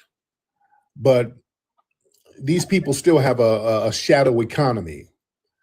They use these decentralized platforms, cryptocurrency, meme coins, back channel fundraising, all of this stuff to circumvent the system. So them bailing him out, that shows how they are weaponizing decentralized money to fund a centralized anti-Black hate campaign. You see? And you understand something about white supremacy, man. White supremacy relies on the concept of victim reversal. They always play the victim while acting as the aggressor. That's a part of their tactic. So by them rallying around Chud, trying to frame him as some kind of political prisoner or free speech patriot who is just defending himself, they're trying to legitimize their own narrative. So every dollar they put towards that bond, that's a dollar spent trying to rewrite history and justify that anti-Black violence on a systemic level. So this is why we just got to be on top of our game. We got to be on top of our game and watch out for these types. And when they try to do copycat situations, which we've seen, nip it in the bud, just like out there in Texas. It was a Mexican dude who tried to be a copycat Chud, and one of them brothers down there in Austin went ahead and put elbows and feet on dude. Shout out to Texas. Shout out to Texas, ladies and gentlemen. Boy, we got a lot of people in here. Can y'all tap the screen and raise your hand? Let me get some of the family in here. Let me see what's on your mind. We do have a lot of people in here. I'm gonna just get random people. All right, we got a lot of people in here, ladies and gentlemen. I'm gonna just get a bunch of. Oh, what's up, Common? How you doing, Tariq? I was just trying to find out where I can buy the shirts at, brother. That's all. I was putting it in the comment section, but nobody was responding. Okay, I guess officialfba.com. Officialfba.com. I'm gonna put there's a new shirt. That shirt I had on Sunday. A lot of people have been asking me about that. Later on, when I'm done, I'll make sure that shirt is on the website because people have been really, really asking me about that. All right, let me get V&E.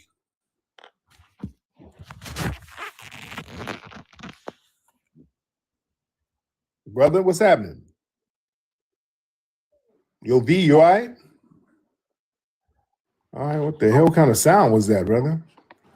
All right, that sounds like a hot water bottle. That sounds like an old school douche bag. The kind of sound was that?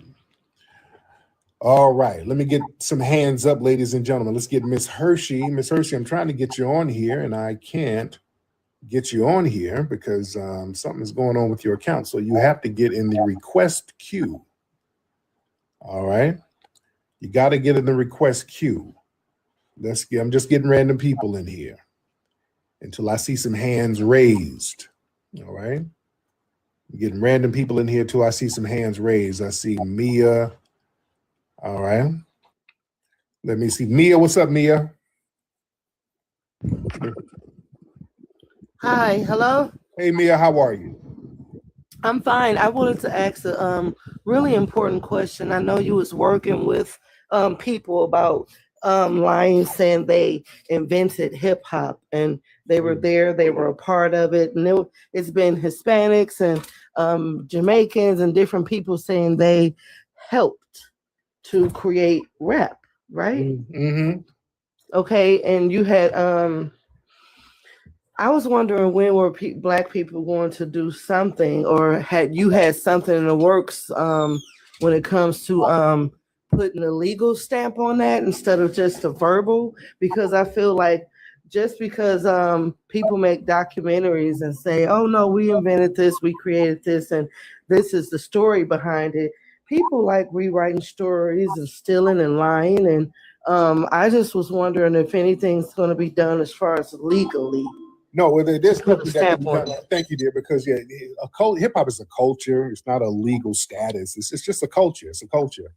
So we legitimize the culture when we put the correct information out there to let people know where it came from. So we've already put that out there. We've done it. It's out there, and nobody can really refute it. So that's why they've already toned down all of that. We started to talk. They're not saying that on no large scale no more. Now a couple of people online in a chat room might just be saying some stupid shit. They know better. But yeah, we've already corrected the narrative. Forbidden, what's up, Forbidden?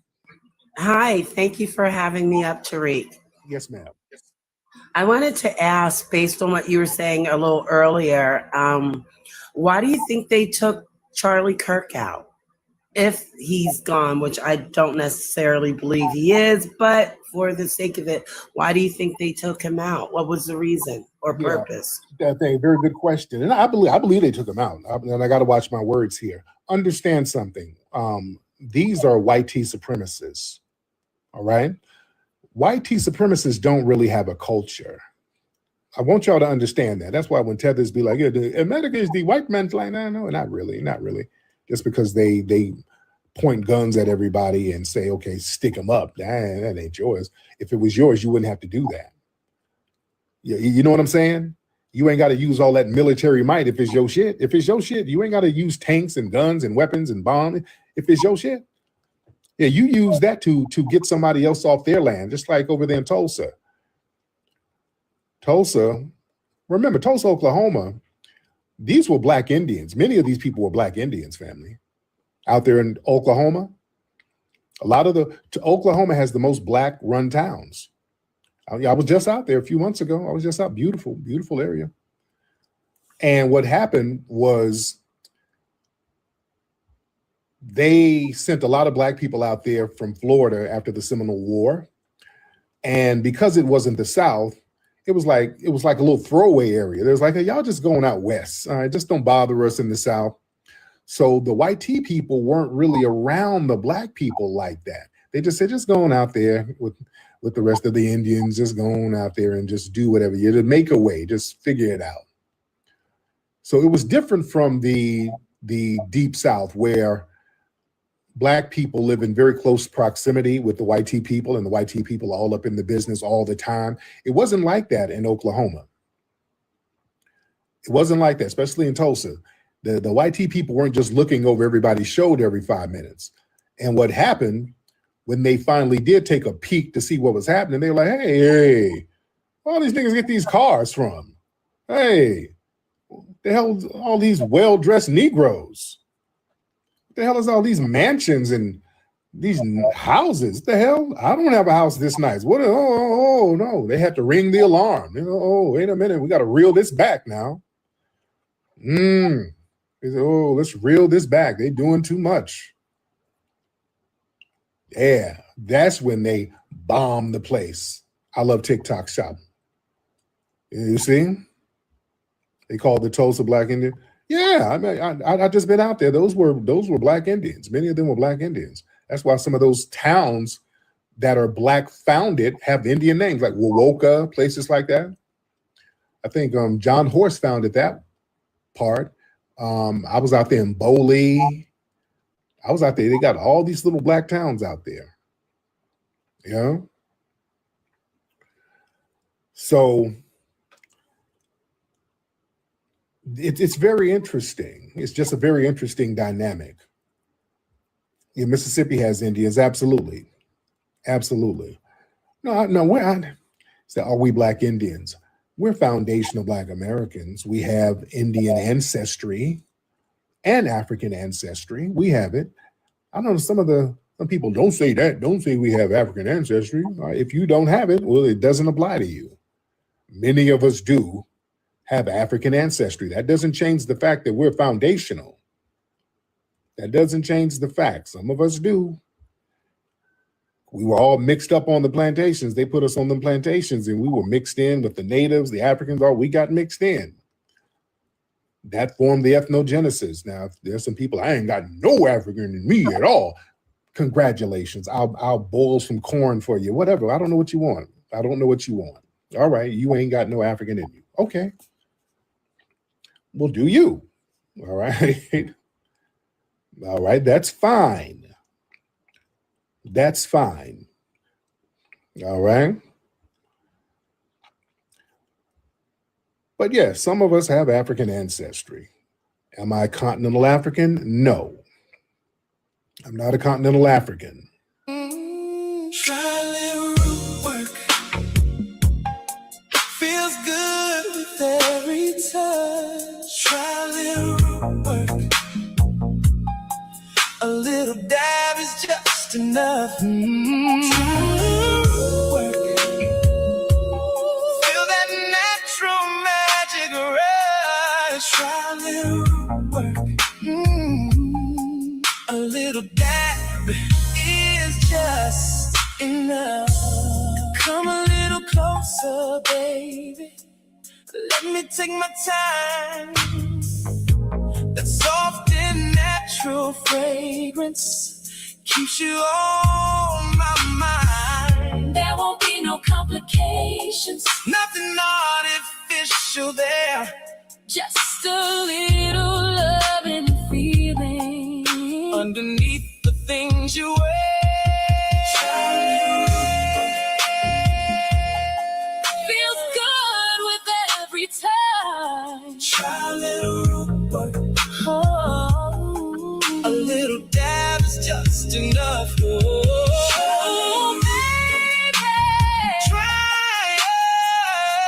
a little root work. Try a little root work. Ooh, feel that natural magic rush. Try a little root work. All right, y'all. We're gonna wrap it up. So appreciate y'all tapping in. Whoever came through. Finish up these other topics later. Thank you.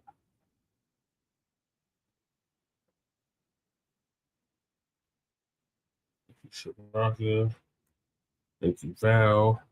Thank you, Fresh Always. And anybody else speaking and not speaking. So this is going to conclude season 6, episode Trey 8, part 3, part Trey, continuation, part 1 of the Frontline Black News.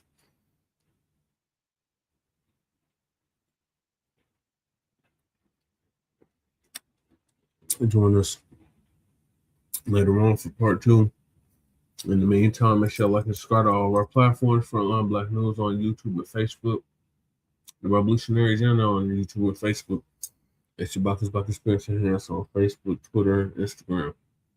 So peace, love, light, reparations, separations, and delineation of the Black empowerment. Chan Kuma and Lady Chase signing up from the Mile High Income and the Legal Market for the City. Peace.